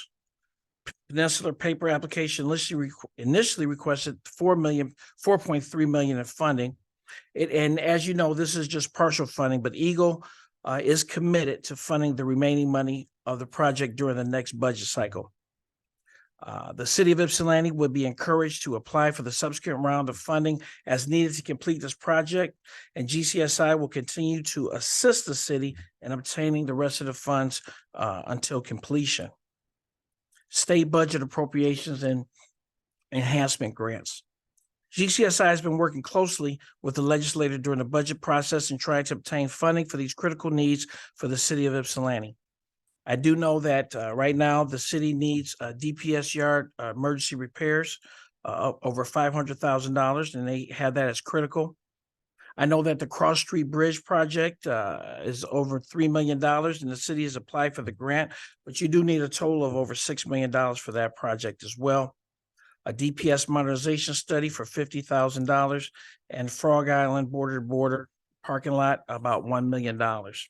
These are the major priorities that we've been working on up in Lansing and trying to get them. And again, as I mentioned, they're still in play. Even though the budget is over right now, there is hope to have a supplemental where we can get inside and get some money for the city. And as you know, on my activity report, I still had information about other needs of the city, which will be addressed at a later date. I will continue working closely with Rep. Wilson in trying to secure these funds for the city. I would also like to work with the acting city manager, the mayor, and the council and identify other priorities. I and GCSI would like to continue to work on behalf of the city. I believe open dialogue and two-way communication is key to success. Since taking this position, I've made substantial efforts to engage with the former city manager. The last communication I had was on May 3rd of 2023. After that date, I made numerous phone calls and sent many emails in an attempt to engage. On August 9th of 2023, I was informed that August 11th would be her last day. After that date, I immediately scheduled an appointment with the acting city manager, and I was happy to sit down and discuss some of the issues that we have been working with. I am just continuing to ask for an opportunity to continue to prove my worth. I want to be your advocate in Lansing, and I will continue to elevate your priorities. I can only do this continued engagement with you, and feel free to use me as a resource. I'm available to each and every one of you. Moving forward, please tell me your expectations. Who do you want me to report to? The mayor, or moving forward, quarterly reports on legislative activity? Let's discuss a protocol. At this time, I appreciate you taking the time to allow me to speak and advocate for your continued engagement. I would be happy to answer any questions that you have at this time for me. And thank you very much for hearing me out. Thank you. I know that we haven't had a chance to meet recently, but we have met in the past, and I'm glad that you were able to connect with our city manager, Yes. Mr. Halenga. I guess I'll open it up for questions from council or comments from council for Mr. Gill. Mayor Pro Tem. Thank you, Mr. Gill. It was a pleasure talking with you at our previous meeting. Just to set what had happened last year with this contract, this has been in play for quite some time. Yes, sir. And Since in the- 99. And so in the last couple of rounds, there was concern about accountability. Okay. Mr. Prophet came and gave reports once a year. And I was not particularly happy with those. And we've had that conversation. We had that conversation. And so the last time this came up, there was clauses put into the contract for accountability in terms of having quarterly reports and much more frequent contact. Since that time, your contact, I guess I've had contact maybe 3 times in the last year. Once was with you and twice was with your predecessor. Yes, sir. And so those reports haven't happened. You know, you came and we had a meeting and you gave us something last time. But up to this point, we haven't had that accountability. And I noticed that they're not really in this contract either, or I didn't see them. So with that, you know, the first item that you were talking about, I'm intimately involved with the Penn Dam situation and that grant going in. Yes, sir. And I'm not aware at all that getting that had anything, I'm not aware of how you were involved with that. I was involved with it. When I first got here, I talked with the prior city manager about it and made some phone calls to Eagle to make sure that that money was going to be appropriated. I had a few conversations with Miss Francis in regard to it, and I was on a couple of meetings involved. I don't remember even you on that call. I was on a call when we discussed it, and Eagle was on the call. I'm familiar with Eagle. Oh, you were on that? Okay, with Mr. Mason from Eagle. Yeah. So had an opportunity to talk with him on several different occasions to make sure that you got the money. They told us that it was a pretty substantial ask, and I'm sure you probably remember that, and that they had many other projects that they wanted to fund, but they felt that this was a very good project, and they had assured the city, and I was on the call, that they would not only give them this money, but they will also give them the rest of the money in the budget. So. Thank you for that. Sure. you know, I guess this goes to kind of a faith issue, or we put the language back in the contract Yes. for the And if I could just say something real quick, I want that in the contract. I would like to be held accountable. If that is something that needs to be in the contract, let's get it in there. Well, the attending the meetings or like coming to give us report. Yeah. Yeah. It's in the contract. We'll attend Yeah. city council meetings in person, Yeah. virtually at least once a quarter. Yeah, absolutely. And I mean, I agree that hasn't happened. Yeah. I would say that as well. I wasn't aware of it, but I'm aware of it now.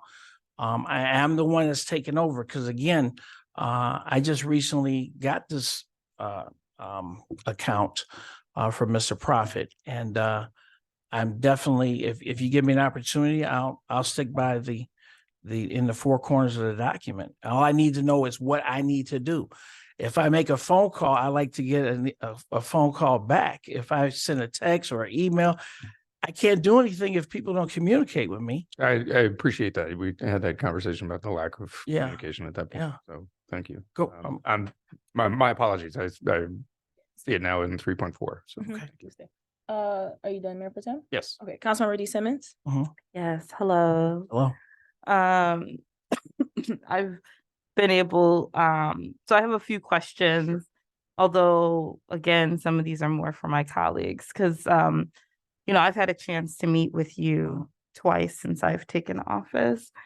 And I know we talked the other day, and one of the things I was saying is that none of the things that we've talked about have made it onto this list, and recognizing that there could be like follow-up, but also the time in those meetings to have things come forward as well.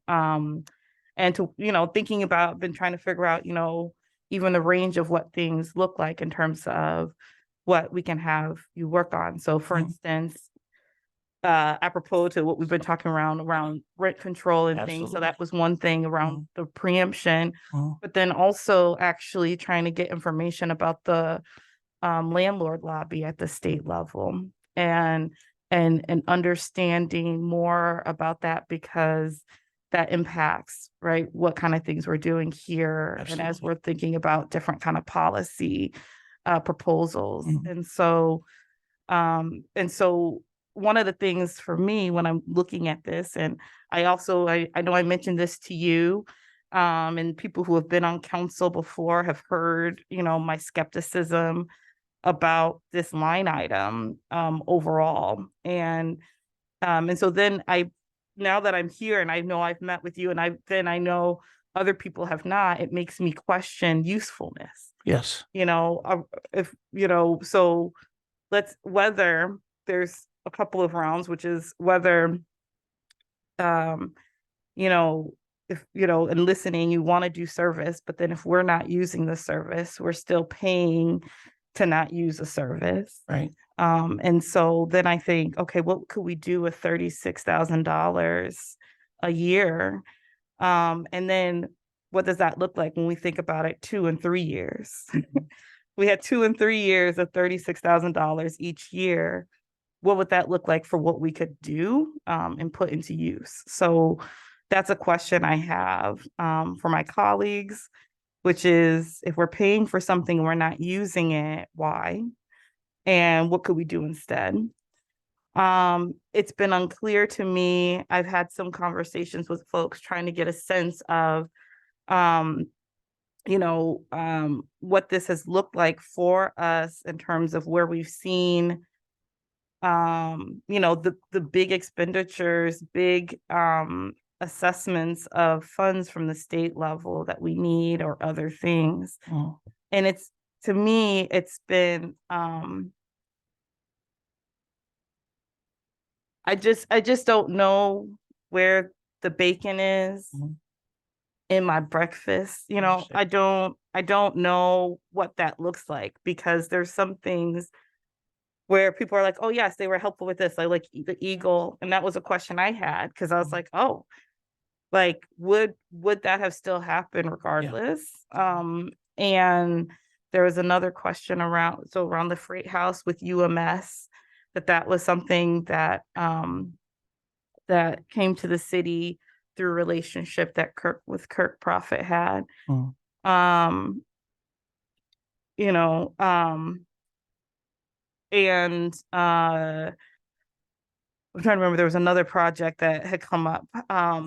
And then, you know, and then I'm looking at, I know the budget that came through, you know, so Ypsilanti, you know, when I'm looking at the appropriations and things for in this county, even, you know, and I'm looking at, and I recognize I don't always like to be like, oh, Ypsilanti, Ann Arbor. I'm not trying to like put us as the, you know, whatever, but still in the same, when I see, you know, appropriation overall, we got like $400,000 between our two appropriations.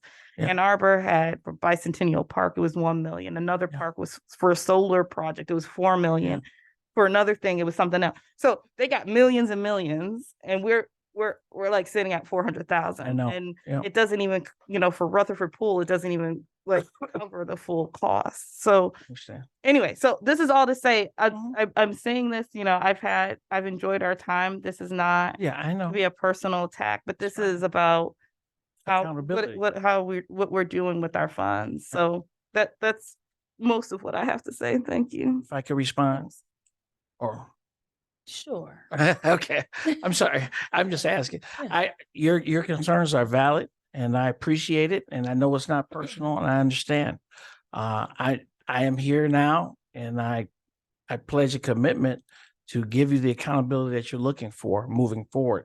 I just like to clean the slate if I had the opportunity to with you council members, to get to know you, to connect with you, to find out what your needs and priorities are so that I can pursue them in Lansing with our legislators. I am glad that I'm here tonight to be able to say that and to take the slings and arrows. I'll take them. I have no problem with that, but I do want to help. I do want to add value. I want to be a resource for the city of Ypsilanti. As I sat here and listen to everyone about rent control and about the legislation, and also to hear that you were up in Lansing today talking to some representatives. I would have loved to be a part of that meeting, Mayor, if I had known, but I don't get any communication at all from the city. I've reached out. I've done, you know, what can I do if I don't get a call back? So thank you. So I want to this is my individual response. Understand. Because I think my colleague asked a question about like, you know, other council members and, you know, what if we're not utilizing GCSI in that. Again, I echo, this is not a personal attack. And that's fine. You are new to this municipality, to us, ma'am. right? But I think what's happened historically is that we have leveraged relationships with our representatives and have lobbied for ourselves. I see that. And so my day in Lansing, I'm lobbying for IPSI myself because historically IPSI has not been the focal point of GCSI, right? I hear you. Just being honest. And we've shared that with Kirk. This is not new information. So it's not like I'm dropping a bomb here that nobody knows. It is not. And so that muscle memory, when it's time and I get invited up, I'm going, right? And my thought is not to call GCSI. My thought is to go up here and say, hey, Washtenaw County got the least amount of allocations in the last 25 years in last year's budget. And IPSI got even less than our neighbors who have much more. Yes, ma'am. And so it's frustrating. Absolutely. And also, again, not, you know, an attack at you, but my brain does not go to calling GCSI when it's time to go and talk about what we need because we have historically not gotten what we needed. Okay. We've had to do it ourselves. So Senator Irwin, you know, our new state reps, I am in constant communication with those folks because that's who's been doing it for us for many, many years. Yes, ma'am. And so what I would say is if we choose to renew this contract, the expectation is that, I mean, I will pledge to be more responsive, number one, because that has to change my muscle memory too, right? I appreciate that. Not pivoting to my norms. I understand. But also if we don't see you here, if you know, maybe you need to come here if you didn't hear from me. Right? And I will, absolutely. I'm just being honest. Absolutely. It's also not a full-time job. So I got you. You know, we're working. So if we don't see something different, I mean, I think that's why this continues on and now you're catching some of the heat. And I'm fine with right? that. Because it's what's happened Absolutely. In the past. And it continued even after we had this very conversation a year ago. And then the year before that about what we deserve. Yes, in the ma'am. City of Ypsilanti. And you do. You deserve good service. Absolutely. And I think when we listen to the audience and our meeting 2 weeks ago and the things that folks are asking us about, it's just frustrating. I understand. And we need support. And if we can't get that, I would hope that you would tell us, like, you know what, I can't do this for you, but if you're saying that you can, then I'm open to giving an opportunity. But when we're out here, I'm moving and shaking every day. You are. I can't have, the onus be only on me, Absolutely. right, around the contact and the communication, or just doing something to show that, you know what, I can put my faith in you all. Absolutely. We got to see something. Well, I tell you, and I really appreciate your candor and your honesty and your, just letting me know. And I appreciate that. But again, if you could I don't want to make excuses that I'm new or whatever, but I am. I don't know a lot of the historical background that you have, Mr. Prophet, and I'm not trying to throw my colleague under the bus, but I'm here now. I pledge to you that I will give you the support that you are asking for. I will work zealously for you and advocate for you. If you would please just open up that two-way communication, each and every one of you. I'd be happy to give you all the numbers, emails, whatever you need to get a hold of me. I'm available to you 24/7. And I say that and I mean it. If you need me to come down, you need me to be at meetings, I'll be at the council meetings. I'll answer questions to citizens.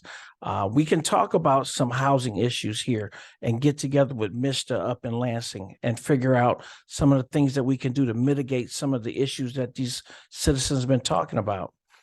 I'm definitely in it to win it, and I'm committed if just given the opportunity. Thank you. Are there other comments or questions from council? My apologies. I know I'm dry too. It's- I need some water. All right. Well, thank you so much, Mr. Gill. I really do appreciate you coming. And I appreciate seeing you too. And I appreciate it. And I appreciate you recognizing that we got to change muscle memory on both Absolutely. ends. Thank you so much. And thank you, Mr. Wilcox. And it's nice to meet the rest of you. Thank you. Is there further discussion from council before we move to vote? All right. Oh, Mayor Pro Tem. Yeah, I was just looking at the term of this, and the last time we did this, this says here that in 6.1 on page, I don't know what page it is of the packet. 29. Sure, I'll go with that. Yes, it is. That it's 12 months and continues thereafter on a month-to-month basis until written notice of termination. And I would move to have that limited to the 12 months. So anything after that should be removed from that term. So the term of this agreement shall be for a minimum of 12 months. Should be Or 12 months. or 12 months. There's a motion. Support? Okay, it's been moved and supported. Any discussion on the proposed amendment? All right, seeing none, Clerk Smith, please call the roll on the amendment. Mayor Pro Tem Wilcoxen, Yes. Mayor Brown, Yes. Councilmember Sweet, Yes. Councilmember Tucson, Yes. Councilmember D Simmons,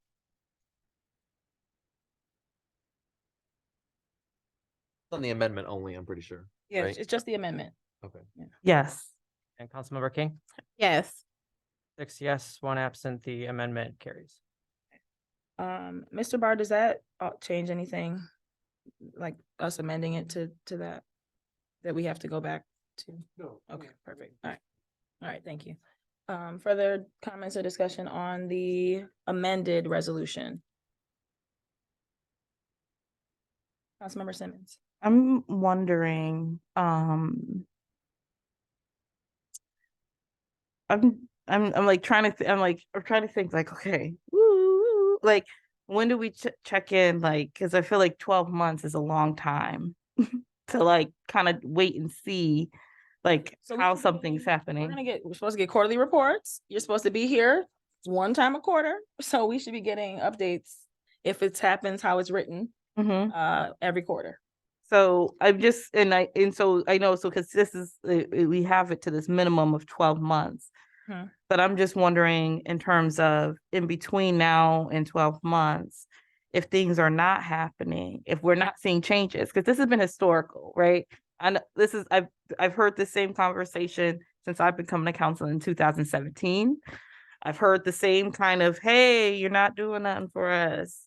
Hey, I'm gonna do it since 2017. So this is what I know from my time watching and listening. And so that's a concern I have of how we're not gonna have it be another 12 months. And then it's gonna come back and then we'll say another 12 months. So I just don't know what is the stopgap? Where is there, what are our options? How do we check ourselves for what we're doing and how we're actually putting things forward, like as a body? I just don't know. Like, it just feels, I know it's like $36,000 isn't a lot of money. It just feels like a lot of money.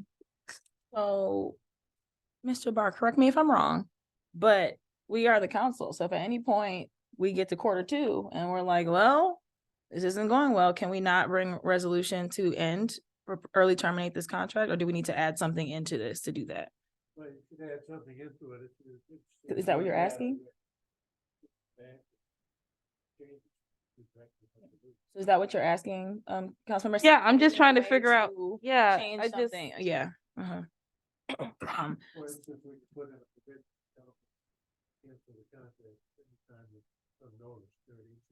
$30 days. Yeah, pay for the services we received. Yeah. So if someone would want to. I would move to amend section 6.1 from the term of this agreement shall be for 12 months to include. Let's see where I'm going.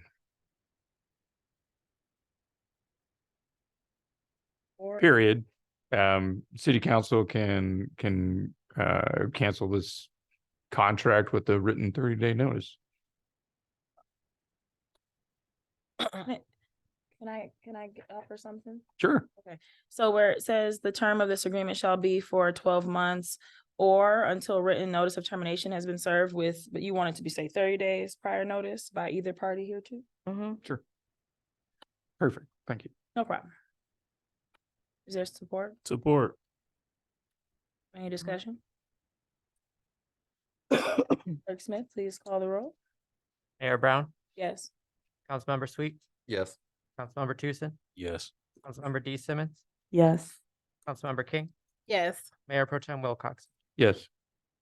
6 yes and 1 absent. Motion carries to amend. All right, so further discussion on the amended resolution from anyone? I just want to say I appreciate the conversation we had. And that certainly cleared the air for a lot of things. And that I've gotten feedback from staff in the past saying that there were initiatives that had been worked on by GCSI that I was not aware of. So that had been cleared to some extent. So, but those were very few as far as I could tell. So, I'm willing to move forward with this contract as amendment, and to be more in contact. So. And I think I would add the same. I mean, again, this is not about you. And with the amendments that were made, I feel comfortable moving forward and giving you an opportunity to do what you said you're going to do, and I will commit to doing what I need to do. No problem. Oh, yeah, sure. I'm sure they'll. Okay. Is there further comments or anything else from council? I just want to comment, part of our conversation was, one of the things in the past was that there seemed to be this notion that our concerns were not advanced while concerns of our surrounding communities were. And Council Member Simmons touched on this to some extent, but that was one of the concerns. Part of that conversation was that Mr. Gill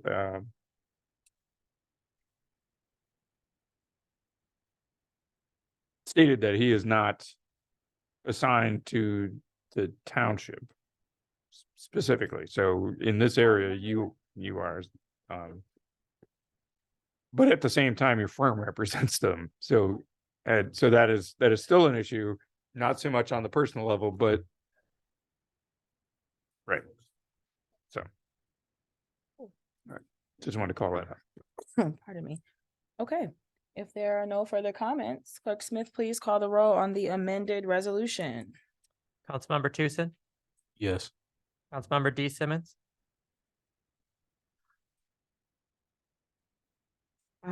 Yes. Councilmember King, Yes. Mayor Pro Tem Wilcoxen, Yes. Mayor Brown, Yes. Councilmember Sweet. No. 5 yes, 1 no, 1 absent. The motion carries as amended. Thank you so much. Thank you, Mr. Gill. I look forward to working with you. Thank you. Mayor Pro Tem Wilcoxen, you have our next resolution. Resolution number 2023-181 resolved by the Council of the City of Ypsilanti, whereas the City of Ypsilanti has an interest in removing Peninsula Dam, whereas the city has partnered with the Huron River Watershed Council to both study the feasibility and work towards the removal of the dam, and whereas the city has received a grant totaling $3,781,654 from the Michigan Department of Environment, Great Lakes, and Energy towards removing the dam. Now therefore be it resolved that the City Council of the City of Ypsilanti approve the contract with the Michigan Department of Environment, Great Lakes, and Energy, and the MOU between the City of Ypsilanti and Huron River Watershed Council for the amount of $3,781,654 for personnel and contractual services to remove Peninsula Dam, subject to the review of the city attorney, and I so move. Support. It's been moved and supported. Is there a presentation on this? Oh, There is no presentation, but do you have any questions? okay. I Questions from council? did have, hold on, let me open it. Put your hand up, or is that just you clicking your pen? Yeah, I was just clicking my Okay. pen. I will comment, but Okay. Council I did- Simmons is I know, I'm just getting to where I put a couple of questions in the document. One is under section 4 around. So, okay, yeah. So how long, so it kind of was going through the reporting, the reports for the funding time. And it made me wonder, I had a question about how long we have the use of these funds before like how long before we have to to start spending them down, I guess. Before we start spending them?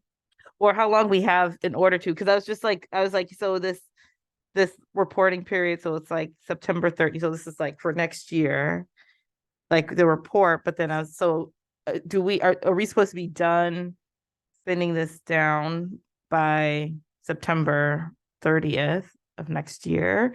Or is that this is just what this cycle? This is just the cycle. It's December of 2026 is my understanding. It has to. And then another question I have. So I know that the city has the match. I did have some specific questions because I see it looked between this document and also the other one that we're looking at, it had some different numbers in there. So that's a different question. But at what point does the city's match get used? So like when do we expect that it's being pulled out of our coffers? Is our money gonna be the last money spent? Is it gonna be spent for something in particular? Or do you have a sense of what that looks like? I will look to Mr. Wilcoxen for some support here. He has been on these calls much longer than I have. so the way this is working has worked in the past with the DNR, and Eagle will function much the same way, is that that money, so far we've been doing that, and we've paid each year we have to submit a report with the budget, and that matching fund then gets reported. And the things that go into that matching is actually my time got put in there as a volunteer. Other staff time got put in, so it wasn't that we had to pay out of pocket, but they credited us for the time that staff spent working on that project. So that got put in on a yearly basis to be for that match. The original resolution to support the removal, limited our contribution to $500,000. And at this point, we haven't surpassed that, and this won't surpass that either. So each year there will be a round of reporting to the state, in which part of that matching will go forward in each cycle as that goes. This is coming up, so we didn't get the full amount, the $4.3 million. Next year, some of that money will come up, but we anticipate that money will be, most of that money will be put into this round, because that's where the bulk of the work is going to happen. And so any further matching will have to be fundraised, but I think we're pretty well set on that. Any other funding, Huron River Watershed Council has agreed that needs to come from someplace else, because we have limited it and we stuck to that, and they're willing to honor that. So Right. And then the last, I think this is the last. Oh, no, it's not. Okay. The other question I have, this is for clarification. And I know, it again, because this was just like, I saw it, it says it was talking about the dewatering part, and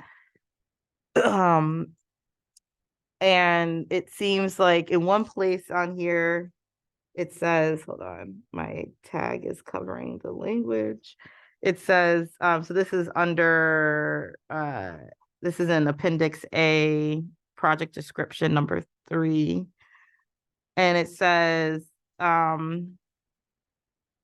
so it says the project will not be able to move past the point of dewatering the impoundment until funding for the full project cost is secured, et cetera, et cetera.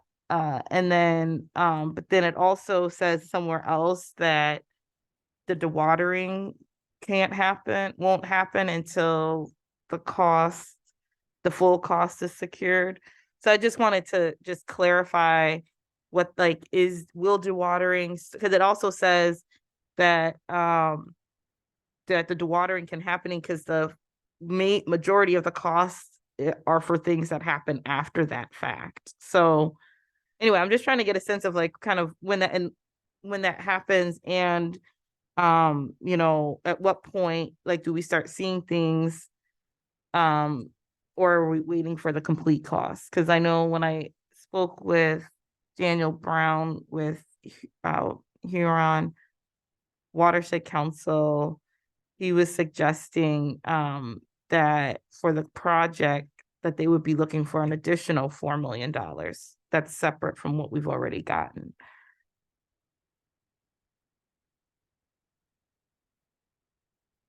So I don't know if that's.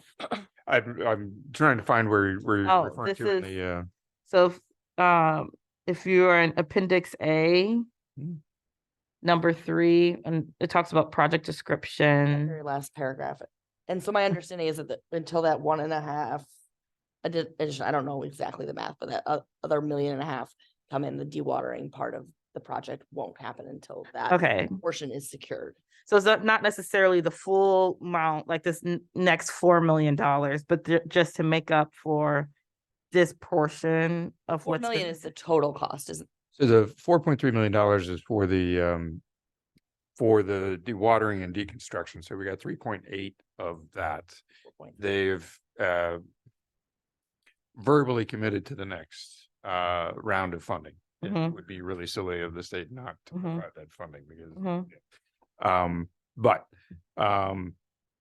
and so then the additional $4 million is for work outside of that. That's beyond the actual deconstruction of the dam. So work on the restoration project will have to be funded, and we're working on several different grants to help with that. Then there's work on the park itself. Do that. So I think that estimate includes all of that work, and so and that's long term. So the initial restoration and the most part of the restoration plan, part of that is guarding against invasive species. And so that would be the first part of that. So that 4 million is beyond the cost of deconstructing the dam. There's other costs associated with the powerhouse The dam is separated from the powerhouse, and so the input we got from the community was that people really like the powerhouse. You know, we have to deal with the safety features on that. So I think, not sure what Daniel was talking about specifically, but this $4.3 million should get us through the deconstruction of the dam. So No, that's helpful. So I think this is my last note on here, which is in the part around community engagement. And so to that point, I know that, so I'm just looking at these different things that the community engagement is supposed to be covering. And so I'm just wondering whether we can add, so if we're going to be pulling together community, like for community engagement and conversations on this, whether we could actually have it also include use of the park and the building that will remain. You know, different things like that we could actually gather at the same time. So that we can make sure that the community engagement is not only focused on current owners of those properties, and things like that. So just in terms of just specifying another area where we could be gathering community engagement during this process.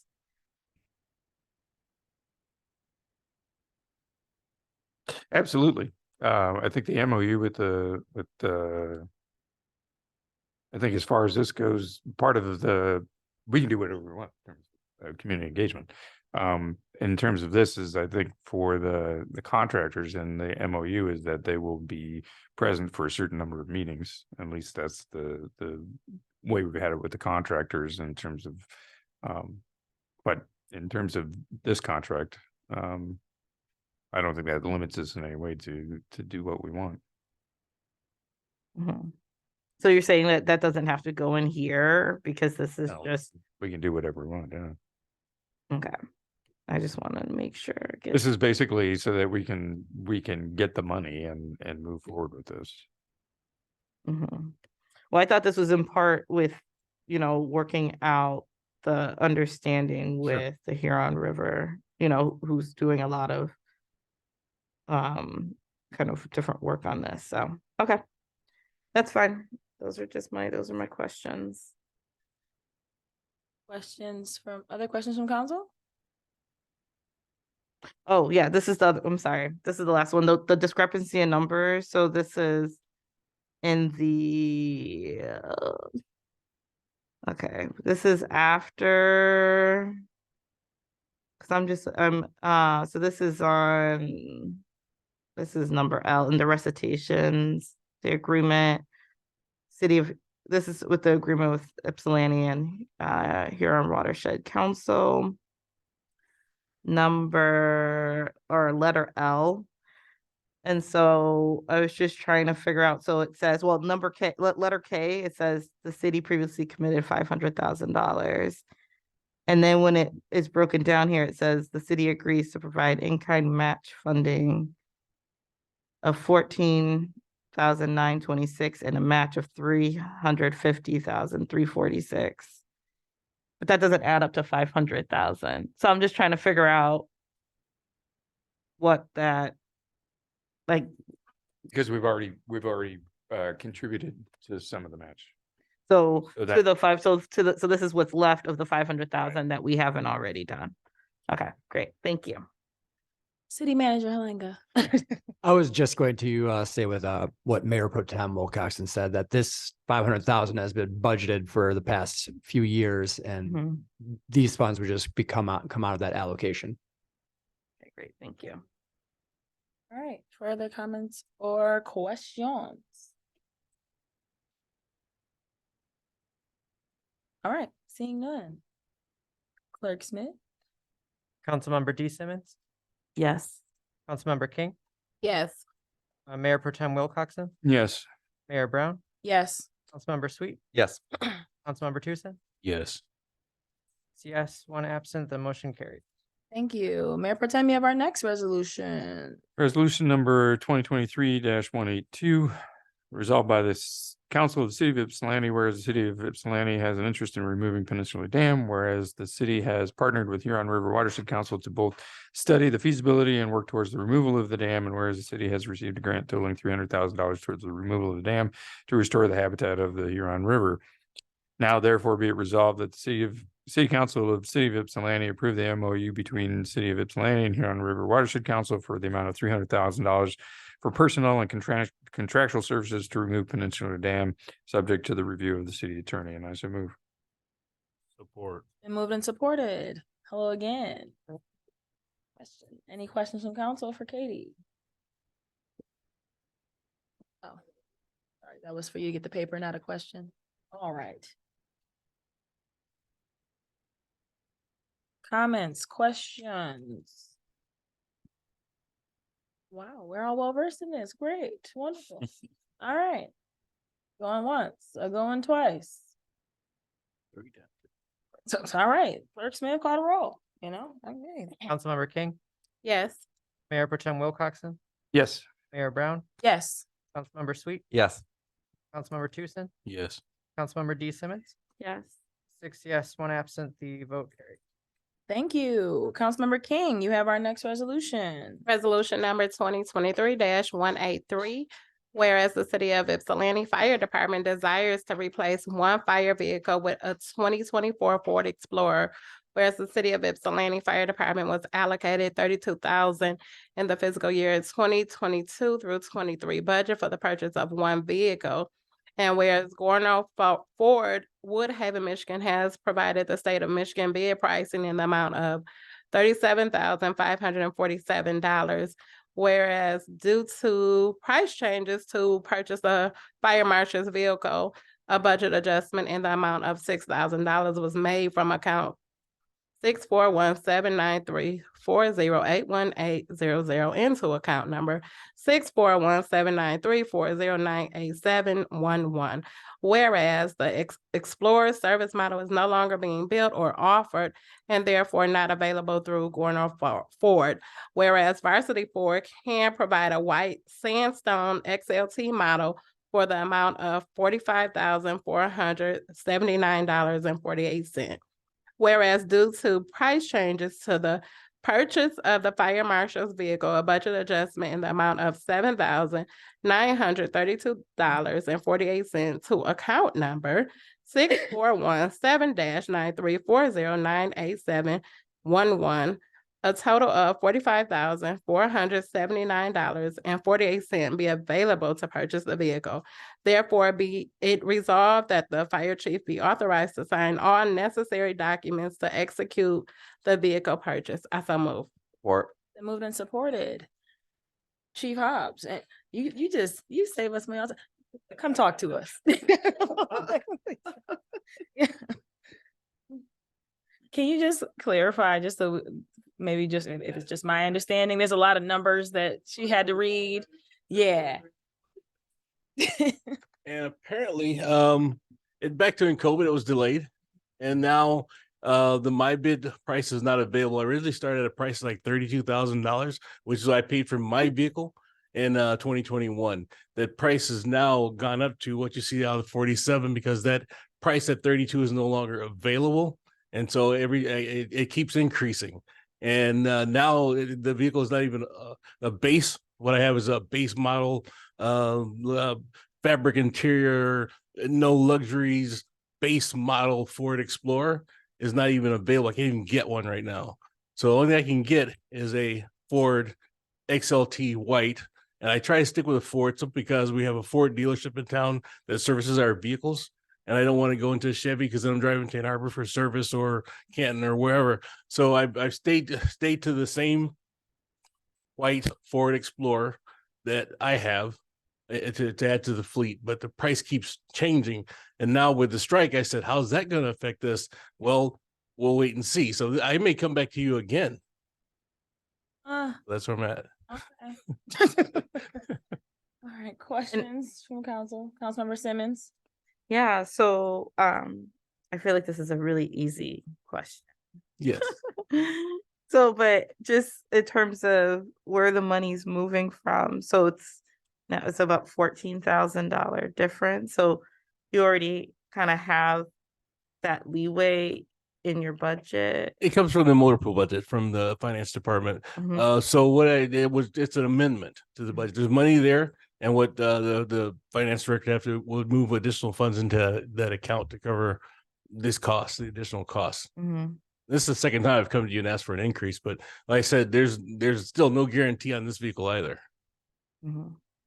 Until it's bought, it's not bought. All right. There you go. We ain't got it. Well, thanks. And this is the third budget that's been presented into. Yeah, I support you. You typically save us money, so you know. Yeah, I try to. I try. Please save us money, you know, so. Any other comments or questions? I just have a personal question. What's that? Are you planning on taking this and giving your car to the? I thought about it, but no, I'm not gonna do Okay. that. That'd be terrible. I can't do that, and I couldn't do that to him. I wouldn't do that. It's okay. I'll stick to my base model. All right. Further comments or questions from council? All right, seeing none, Clerk Smith? Mayor Pro Tem, Councilmember King, Yes. Mayor Pro Tem Wilcoxen, Yes. Mayor Brown, Yes. Councilmember Sweet, Yes. Councilmember Tucson, Yes. Councilmember D Simmons, Yes. 6 yes and 1 absent, the motion carries. Thank you. Thank you, Chief Hobbs. Councilmember Sweet, you have our next resolution. Resolution number 2023-184, resolved by the Council of the City of Ypsilanti that Ypsilanti City Council approves signing the Washtenaw County Agreement for election services to participate in the county's plan to provide the constitutionally required 9 days of early voting, and I so move. Support. Been moved and supported. Clerk Smith, anything you want to say to us? Oh. Good evening. There's not a whole lot to say, other than last year, the voters of Michigan passed Proposal 2022-2, which is a state constitutional amendment that does a lot of things to make voting more accessible and more options for people. But the biggest change is to provide 9 days of early voting. Basically, our options are to do that by ourselves or to partner with the county to do that. And partnering with the county saves us a lot of money, saves us a lot of labor, helps the clerk office, which frankly is a little stretched thin at the moment and a little inexperienced with the people we do have. It saves us a lot of time, money, labor, emotional stress. What would happen is that the county government is breaking the county's voters into 5 zones, and each zone will have 1 voting location. The city will be partnered with Superior Township and Salem Township for our zone, if you will. And our voting location would be the Freight House. So the Superior Township folks would also, and Salem Township folks would also be going there if we participate in this plan. Even if we don't participate in the plan, we still have to provide something just as a city by ourselves, which would probably still be the Freight House anyway. The other big benefit of joining this agreement is that our voters will actually have 2 locations they can go to instead of just 1, because the county is having a 6th location at their resource center, which is going to be open to anyone in the county if their municipality is participating in the agreement. So that does give anybody who works in Ann Arbor, goes to U of M, et cetera, something a little closer to that neighborhood, if that's more convenient for them. Basically, joining this not only saves us money, but also makes voting more accessible and more options for folks, which was the entire point of that proposal that passed. Yeah. So for clarifications, for the early voting days, you'll have these 5 options you can go to, or 6 for some folks. So our voters will only be able to go to the Freight House I'm or the sorry. resource center. I guess I meant everyone in the county, but for us, Right. we'll have those 2 locations. Yes. And then election day will function as normal. Yes. Okay. Yep. And the early voting, it's going to be the 2 Saturdays back from the election. So it's 2 full weekends, but then it will not include the Monday, so the day before the election, because logistically everybody needs time to basically strike 1 set and set up the next one. Which I think we would still have to do that even if we didn't participate in the plan. And then the election day, you would have to go then to your assigned precinct. You can't go to one of those 2 spaces, like for instance. Right. Those won't be Must be open anymore. done. Those will be Okay. gone. Yeah. Thank you. Any questions from council or comments? All right. Oh, city manager. I got one while our lobbyist is here. the state likes to pass constitutional amendments without any funding while the Secretary of State is helping fund this. I would like to see this included in budgets from the state in the future because local governments cannot do this on their own. We will need funding to make this successful. Thanks, Andrew. Agreed. Thank you. All right. Well, clerks, thank you so much. Please call the roll. I know. Mayor Pro Tem Wilcoxen, Yes. Mayor Brown, Yes. Councilmember Sweet, Yes. Councilmember Tucson, Yes. Councilmember D Simmons, Yes. Councilmember King, Yes. 6 yes and 1 absent. The motion carries. Thank you. Councilmember Tucson, you have our last resolution. Resolution number 2023-185, resolved by the Council of the City of Ypsilanti that the following residents be appointed to the City of Ypsilanti boards and commissions as indicated below. Excuse me if I butchered this name. Lavisa Brown for the Ypsilanti Housing Commission, expiring November 1st, 2028, and I so move. Support. Been moved and supported. Lavisa again is applying for reappointment. She's been very active on the Housing Commission. I've had numerous opportunities to speak with her, as well as Zach Fosler, who really values Lavisa's engagement and participation. So I'm happy to put her name forward for reappointment. Any questions or comments from council? All right, seeing none. Clerk Smith? Mayor Brown, Yes. Councilmember Sweet, Yes. Councilmember Tucson, Yes. Councilmember D Simmons, Yes. Councilmember King, Yes. Mayor Pro Tem Wilcoxen, Yes. 6 yes and 1 absent. The motion carries. Right, look at us go. All right, boards and commissions. Police advisory. If I'm not mistaken, we're meeting this Thursday. Next Next a week from Thursday. week from Thursday. So if you would like to participate, please show up. We're also looking to fill a spot because our Commissioner Anthony Morgan has resigned. We're also still looking for youth participation and audience participation. So we would love to see you all there on that beautiful Thursday evening, and it would be greatly appreciated. Please come through. Thank you. All right, thank you. I have a Eh, question about Oh, sure. Yes. So in sticking with the ideal to balance representation from the wards. Yes. Ward, Ward because 3, I think. Anthony Morgan was in Ward 1. We're short on Ward 1. He lives in Ward 1 now, so yeah. Yeah. The Ward 1 reps. Ward 1 constituents, if you would like to be a part, actually, I would love for another ward. Yes. Ward 1 constituents, if you would like to be a part of the YPAC commission, please contact me via email or by phone number. They're both on the website. Contact me. And I'm around the city. So just if you see me, holler. All right. Just to clarify, currently Ward 1 and Ward 3 have 1 member each. Oh. The other 3 members are from Ward 2. Okay. 1 and 1. So Ward 1 and Ward 3 only have 1 representative on YPAC. Okay, that's good to know. HRC.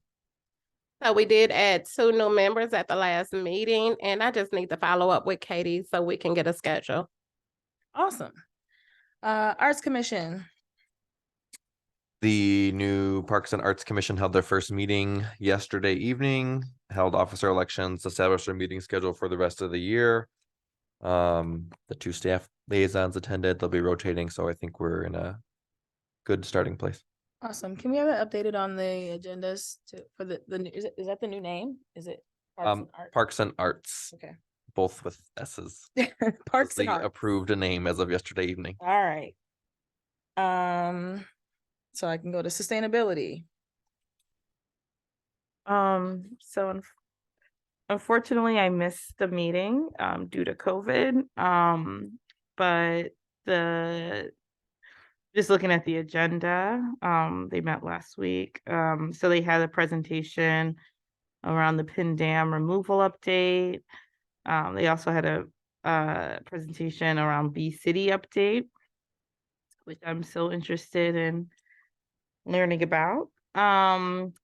and they also were talking about different kind of presentations. I know when I spoke with the chair, Beth Gibbons, she was interested in some members, they've been working on pulling together a schedule for presentations, and expressed an interest in trying to have the presentations be more public facing, in the sense of being able to invite wider participation for their different presentations and speakers. And so trying to think about how to do that.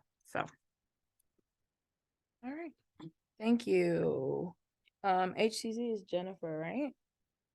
Yes. Planning Commission. Planning Commission meets tomorrow, and I have a question for Elise. At the last meeting, since our planner is not here at the moment, there was a resolution for the vacating of the street. And I haven't seen it on our agenda. Is that scheduled to come up in the next meeting? Sorry, I'm not talking into this, but It's been, it would require 14 days notice. So it's been noticed. It will be on the October 3rd meeting. thank you. There are no new cases in front of the commission, but there will be discussion. So typically, if there wasn't a case in front of the commission, they didn't meet. But there's a number of things on the agenda tomorrow that I'll report on next time. Perfect. Thank you. ZBA, Jennifer's not here, but is there anything, anybody, anything, nothing? All right. SEMCOG. Nothing at this time. They're having their general assembly, which everybody got notifications of here. Watts, that's Jennifer, but who, any staff? Anything? No, Watts is good? All right, awesome. Urban County. So, there were some issues with knowing who the alternates and the delegates were. I know I'm a delegate and we have 2 alternates. I believe Holly's been attending. I have to send them an updated, whatever the thing you sign. Yes, we have that for you. Okay, And we're just working on who would be replacing Christopher. All right, perfect. Thank you so much. DDA meets on Thursday. Rutherford Pool? I was unable to make their last meeting, so I will check in and report for next. All right, Bicentennial Committee. Working on identifying what's going to go in the time capsule, and a burial date is kind of what they're discussing, and they still have some merch to sell. So Very cool. There's shirts left. I heard they were sold out. there's no shirts, there's hoodies left Hoodies left. All right, great. as of now. Yeah. I'll say mine. No. Oh, and FYI, I did not get mine. You didn't get your shirt? No. It's okay. yeah, we're gonna Oh, do okay, another okay. order. All right. So yep, Katie has a list. I got some I need to buy too. So Okay. yes. Yep. Perfect. Councilmember King, council proposed business. I guess I just want to respond to one of the constituents that spoke tonight. I did not hear about her complaint on Madison. So I'm looking forward to following up. And just the other people that spoke as well, we are continuing to work on that. We hope to have a meeting scheduled for, I know it's a little far out, but maybe October the 24th. Yeah, if you can follow up with Madison Street, please let me know, because I didn't receive anything either. So thank you. That's it? That's all. All right, Councilmember Simmons. Yeah, so first things I came with already. I'm of course, like, I can't get on my email on my iPad right now, but we had gotten a email about a grant for public health through the built environment. So I wanted to say something about it, but now I can't look at the email. But I guess I want to lift it up, and I think I was thinking about some ideas of what kind of things we could do with that, or if that's already on our radar to apply for, or who we would talk to about that. Do others remember that? I do remember. Cause I can't remember when it's due, but I feel like it's due sometime next month or something. Beginning of October. Yes, so this, yeah, I don't know if others remember that or if we know if that's something that we're already looking to apply for. As we obviously have lots of public health and built environment needs. I'll Oh, which we got that a couple days ago. Okay, I haven't had a chance to really go through that. I don't know if staff has seen this. I forwarded it to, if I can interject. Yeah, I mean, I just want, because this was one of the things I just wanted to bring it up, but I just I was like gonna look at it, but I mean, we can come back to it if folks want to look at it, or we can follow up over email on it. I just didn't want it to fall through the cracks of my email abyss. So I just wanted to bring that forward as something for us to look into. I wanted to say, so Evan and I hosted our first potluck and play the other week, where folks, there were a number of things that people talked about, including importance of neighborhood gatherings and resilience, encouraging pollinator friendly spaces and rain gardens for climate mitigation, local history. There's a lot of local history, which I always love to talk about with folks and more. And so I was just really excited to have that and hope to do more of those. we also had gotten information from the county health department, opioid, I don't know why it's so hard for me to say this word, opioid death report, that we also received. And so just like kind of lifting up that, obviously with some of the issues that we're already talking about, I think I would like to really lean into thinking about how we can address some of those issues. And tomorrow there's actually a day-long like conference or something about opioid health.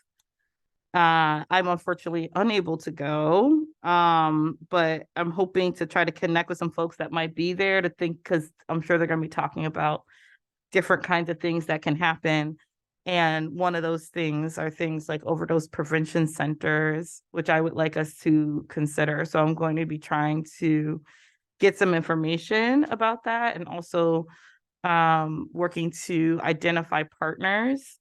So this is another thing we could add to the list, Dwayne, too, in terms of thinking about this. And also just naming too about, I know that we have these different opioid monies coming in as well. And so that's something I'm interested in thinking about, how we are spending in this way. Another thing that came up, I got an email from a resident about rats. Starting to see rats in some parts of the neighborhood. And they said that they had talked to folks in the township that had dealt with similar issues around rats in the township. And they had said something about that they were with what was it? Pest control. It was a partnership with pest control, and something about the storm drains. Like they put traps near the storm drains to try to identify where there was need for more attention at the storm drains. And so I don't know who we talked to about that. This was around, they were talking about East Prospect area. So I wanted to bring that up and see if there's things that we could do to try to identify how to address rats. The other question I have is about, I'll come back. I'll say the other thing another time, because I'd rather instead, I had a couple of responses just to things that came up during public comment. So we've been seeing comments from community members with the hope that somehow or for some reason, council would move to close Growing Hope. And I just want to say, and I mean, I'm not trying to be fresh, but once people come together to support services needed for our wider community, then we won't need nonprofit organizations, period. Nonprofit organizations are here because there are services that are not being provided for. And Growing Hope provides very important services around food, security, helping to support businesses who are trying to provide food and have access to the kitchen. They do services with young people to help them to learn about gardening, composting, and other things, and to build leadership. And so those are things I know that the organization does do. And so if Growing Hope was to close, that would actually create a large gap of needs and services. Besides, they run our farmers markets as well, which are very widely attended by our community. And I know people who have gotten a lot of opportunity because of those farmers markets. I also want to say that there are things that we can do. And so just wanting to, I hope that people who are focused in these areas will come out and support actions that are compassionate, harm reductionist, and evidence-based, such as things like overdose prevention centers, as well as emergency shelter, which I know has not been the case from at least one of the speakers, that they have not actually supported things like that. And so I think it's disingenuous. So I want to say that. I'll say it publicly. I'll say it publicly to her when I see her next. But it's unacceptable that we keep talking about these things, but we don't bring forward solutions, and then we don't support solutions because we don't personally like them. People are talking about how we protect people in the city of Ypsilanti, and the people, the wide number of people that we're talking about are also part of the city of Ypsilanti. They are not separated just because they don't own a house or just because they don't look a certain way. And so it's just really hurtful to me to keep hearing it. And so I just want to name that, and to name that there are things that we can do. But let's focus actually on the issues. When people say that, oh, everybody there is not houseless, we understand that, and also understand that the people also keep saying that this issue has become really bad since July. And that is when people were starting to sleep under that awning. And so sometimes we have to deal with the roots. We got to get at the root. So that's one of the reasons why we've been talking about the housing issue, as well as needing to deal with substance use disorder, and other activities that are creating a lack of safety for people who are involved in that space. And then the only other thing I wanted to just say, which is, and then I also do have a question. And so this is something I'll follow up with our police chief on, because there was in the comments, somebody talked about these mini stations. And then I also had somebody who contacted me about some kind of memo that apparently came from the police chief also, which I don't know about and haven't seen. That was again about this is why I'm like, oh, I wish I had this. But that was about using the transit center. And so I'll be in touch once I can get in my email, and I'll forward that because I do have questions about that. And then the last thing I just wanted to lift up is Well,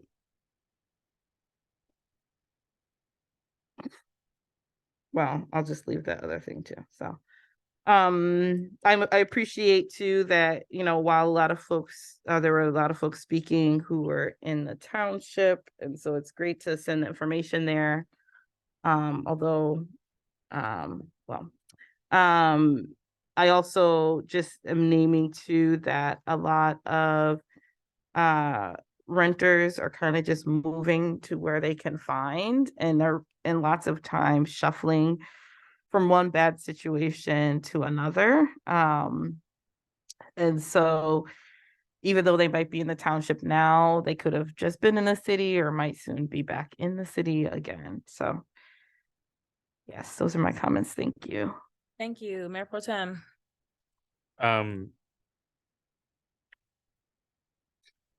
Few things.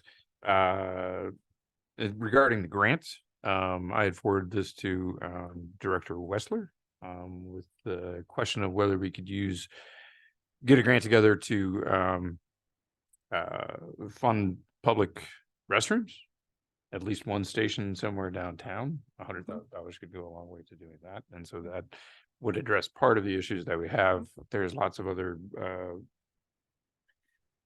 health related issues that we could put that towards, but that was just the immediate thing that came to mind when I saw that email. So I'll follow up with Bonnie on that. Can I jump in on that for a second? City manager, haven't we been in talks with Administrator Dill about bathrooms as well? And so the county's trying to support us on that so that we don't have to expend. Oh, awesome. Yeah. Awesome. Sorry. Is that temporary or permanent? I thought it was like temporary. It's whatever we are going to discuss it to be, but they're not going to be like permanent structures. So Yeah. we would have to translate into Mhm. bathrooms later, but in the meantime, yeah. So stock tip. Yeah. Just want to say thank you to Chief Hobbs. We had a picnic in Candy Cane Park with a number of folks, and two firefighters showed up as part of that, and we were all like, "Is there a fire? What's going on?" And they're like, "No, we're just coming out to say hi and talk to people," and that was great. So they hung out for about 40 minutes and had a great conversation with folks that were there. So that was neat. I want to thank Director Wessler for a recent email to one of my constituents in College Heights about code and driveways and slopes, and thank you. I had gone and looked through that and tried to contact him, get a response, but thank you for writing that to me. To that end, do we have any update on the sinkholes in the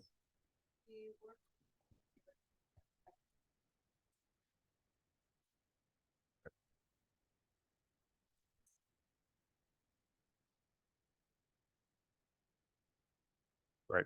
Thanks. Back to the rat question that you brought up. I know that people on South Huron, I won't say who, have experienced an increase in rats as well. And that I was told that there was a connection between the construction that was going on, and that this is often an issue with construction projects, that you've disturbed the place that they've been cabining. It doesn't really apply to Prospect because there hasn't been there, but I know there's been an uptick in rats on South Huron. So. But that's all I have at this point. Thank you, Councilmember Sweet. Oh, one more thing. Oh, okay. This Sunday he's going to mention it, so I'll mention it too. It's Fall River Day, and there's going to be a lot of information. There's also a UMS function at the Freight House, and so come on out. Councilmember Sweet. The community benefits agreement with Avalon, the committee had their final meeting, and Katie has been working with our city attorney's office and Avalon's legal team to get a draft document put together. So once that process has commenced, then it will come before this group. And then Steve already mentioned it, and Tom has been blasting the city email and website with the information. So see you Sunday. Awesome. Can I add another comment? Sorry. Sure. Short on attention span. With that, the Watershed Council and AECom, which is the lead contractor engineering firm on the dam removal, will be there with information. They will have posters and do that. The other part of that is there will be public meetings in September, later in September or early October, to report back on that. Same kind of thing. It won't be a town hall, but it would be a stationary with stations that people could walk around and look at. So this is kind of preliminary for that. The other part of that is after that public meeting, and I don't have the exact date, sorry. Then the Watershed Council and the engineering firm will come and give a presentation to council this fall. Thank you. Councilmember Tucson? Not much. I would just like to highlight and give a big thank you to our new chief of police and our police force for just increasing the visibility in the city. I've spoken with a few community members who have expressed their gratefulness and their thankfulness for seeing more police patrols in the city.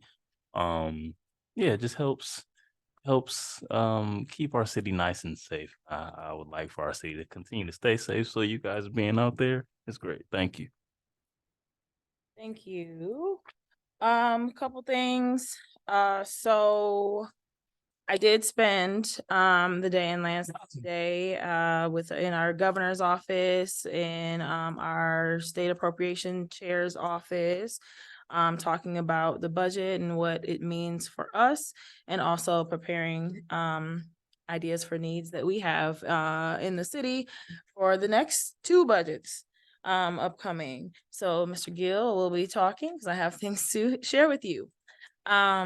One of the things that came out of it that has been on my radar in engaging with students actually in this community is around big tobacco. And how do we, or what does this body want to do in terms of lending our voice in support of legislation to stop tobacco companies from being able to advertise in the ways that they do, and those spaces that are selling to minors, how do we work on cracking down on some of that? So I'm waiting for some documentation from the presentation and the conversation that we had today to look at and then share with council to see if we want to take action in support of some of these initiatives. There were also some conversation about the CVIT funds that are coming down that were allocated in the budget and additional public safety dollars. We also pulled out specifically for fire because I think that fire has been kind of not delineated out and talked about in terms of public safety in recent years, in terms of budget allocations outside of some of the grants and the funds that we know that we've benefited from. But when we talk about public safety, it's a lot of the time it's police. And we need support in our police department, but we also need to make sure we include fire. So I was able to bring some of that up and opportunities for grants that will be coming, and hopefully I'll get some information on that from you. The other thing, this past weekend, thanks to our chief, I was able to attend Dos Hermanos festival they had this weekend, and I will say they were so grateful to have representation from the city there and our support, and we're thankful that their permits were approved. I mean, just a gracious, organization, and they were having a lot of fun. It was really nice to just be there and be embraced and kind of see, this culture, right, together over the weekend. I will be attending the UMS performance on Friday, and hopefully giving a couple remarks there. And I will just circle back and reiterate that we had some really intense conversation about the budget in Lansing today. And I fully expect and commit to being engaged in that and making sure that our needs are heard a lot and loud. And I've gotten some commitments from folks that they are here to listen to us and support us to make sure that we don't end up with only a $400K appropriation in subsequent budgets to come. especially as we see how our legislature is set up right now, and it may not be that way soon. We hope that it is, but it may not. I guess I'll stop there. City manager. So since I've been on as interim city manager, I've been meeting with all the departments, trying to align what each department needs in order to be successful. I've been trying to meet with council members, making myself available to residents as they come in. I'm pretty much always here. I had a request to have Riverside Park closed at night, and I reached out to the chief and DPS, and they're going to work out something that DPS will provide the police department a set of keys for the gates to control any activity there at night. We're meeting currently with some individuals about city facilities to make sure that those are up to par for our employees. And as the mayor said, we've been meeting with county officials to try to address much of what's been happening in our downtown lately. And as what was brought up in public comments today, this isn't something that we can do on our own. It's a community effort, and we all need to focus on, what our goal is, and then try to get there together as a team. I will follow up with the Madison property tomorrow, and try to understand what needs to be done or why it's not been added to the dangerous buildings list. And I will get back to that resident. And that's it. Thank you, city manager. This is our second opportunity for public comment. If there's anyone in the audience who would like to address council, please feel free. Look, I'm looking right at you. No? All right. Mr. Gil, would you like to? Is there anyone online? Anybody on Zoom, if you'd like to speak, please press the raise hand button. Awesome. If all hearts and minds are clear, then I will adjourn the meeting. Have a good night, everyone. 7 minutes early.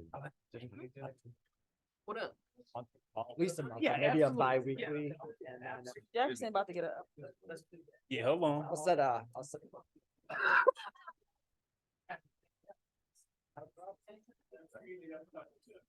know. Likewise.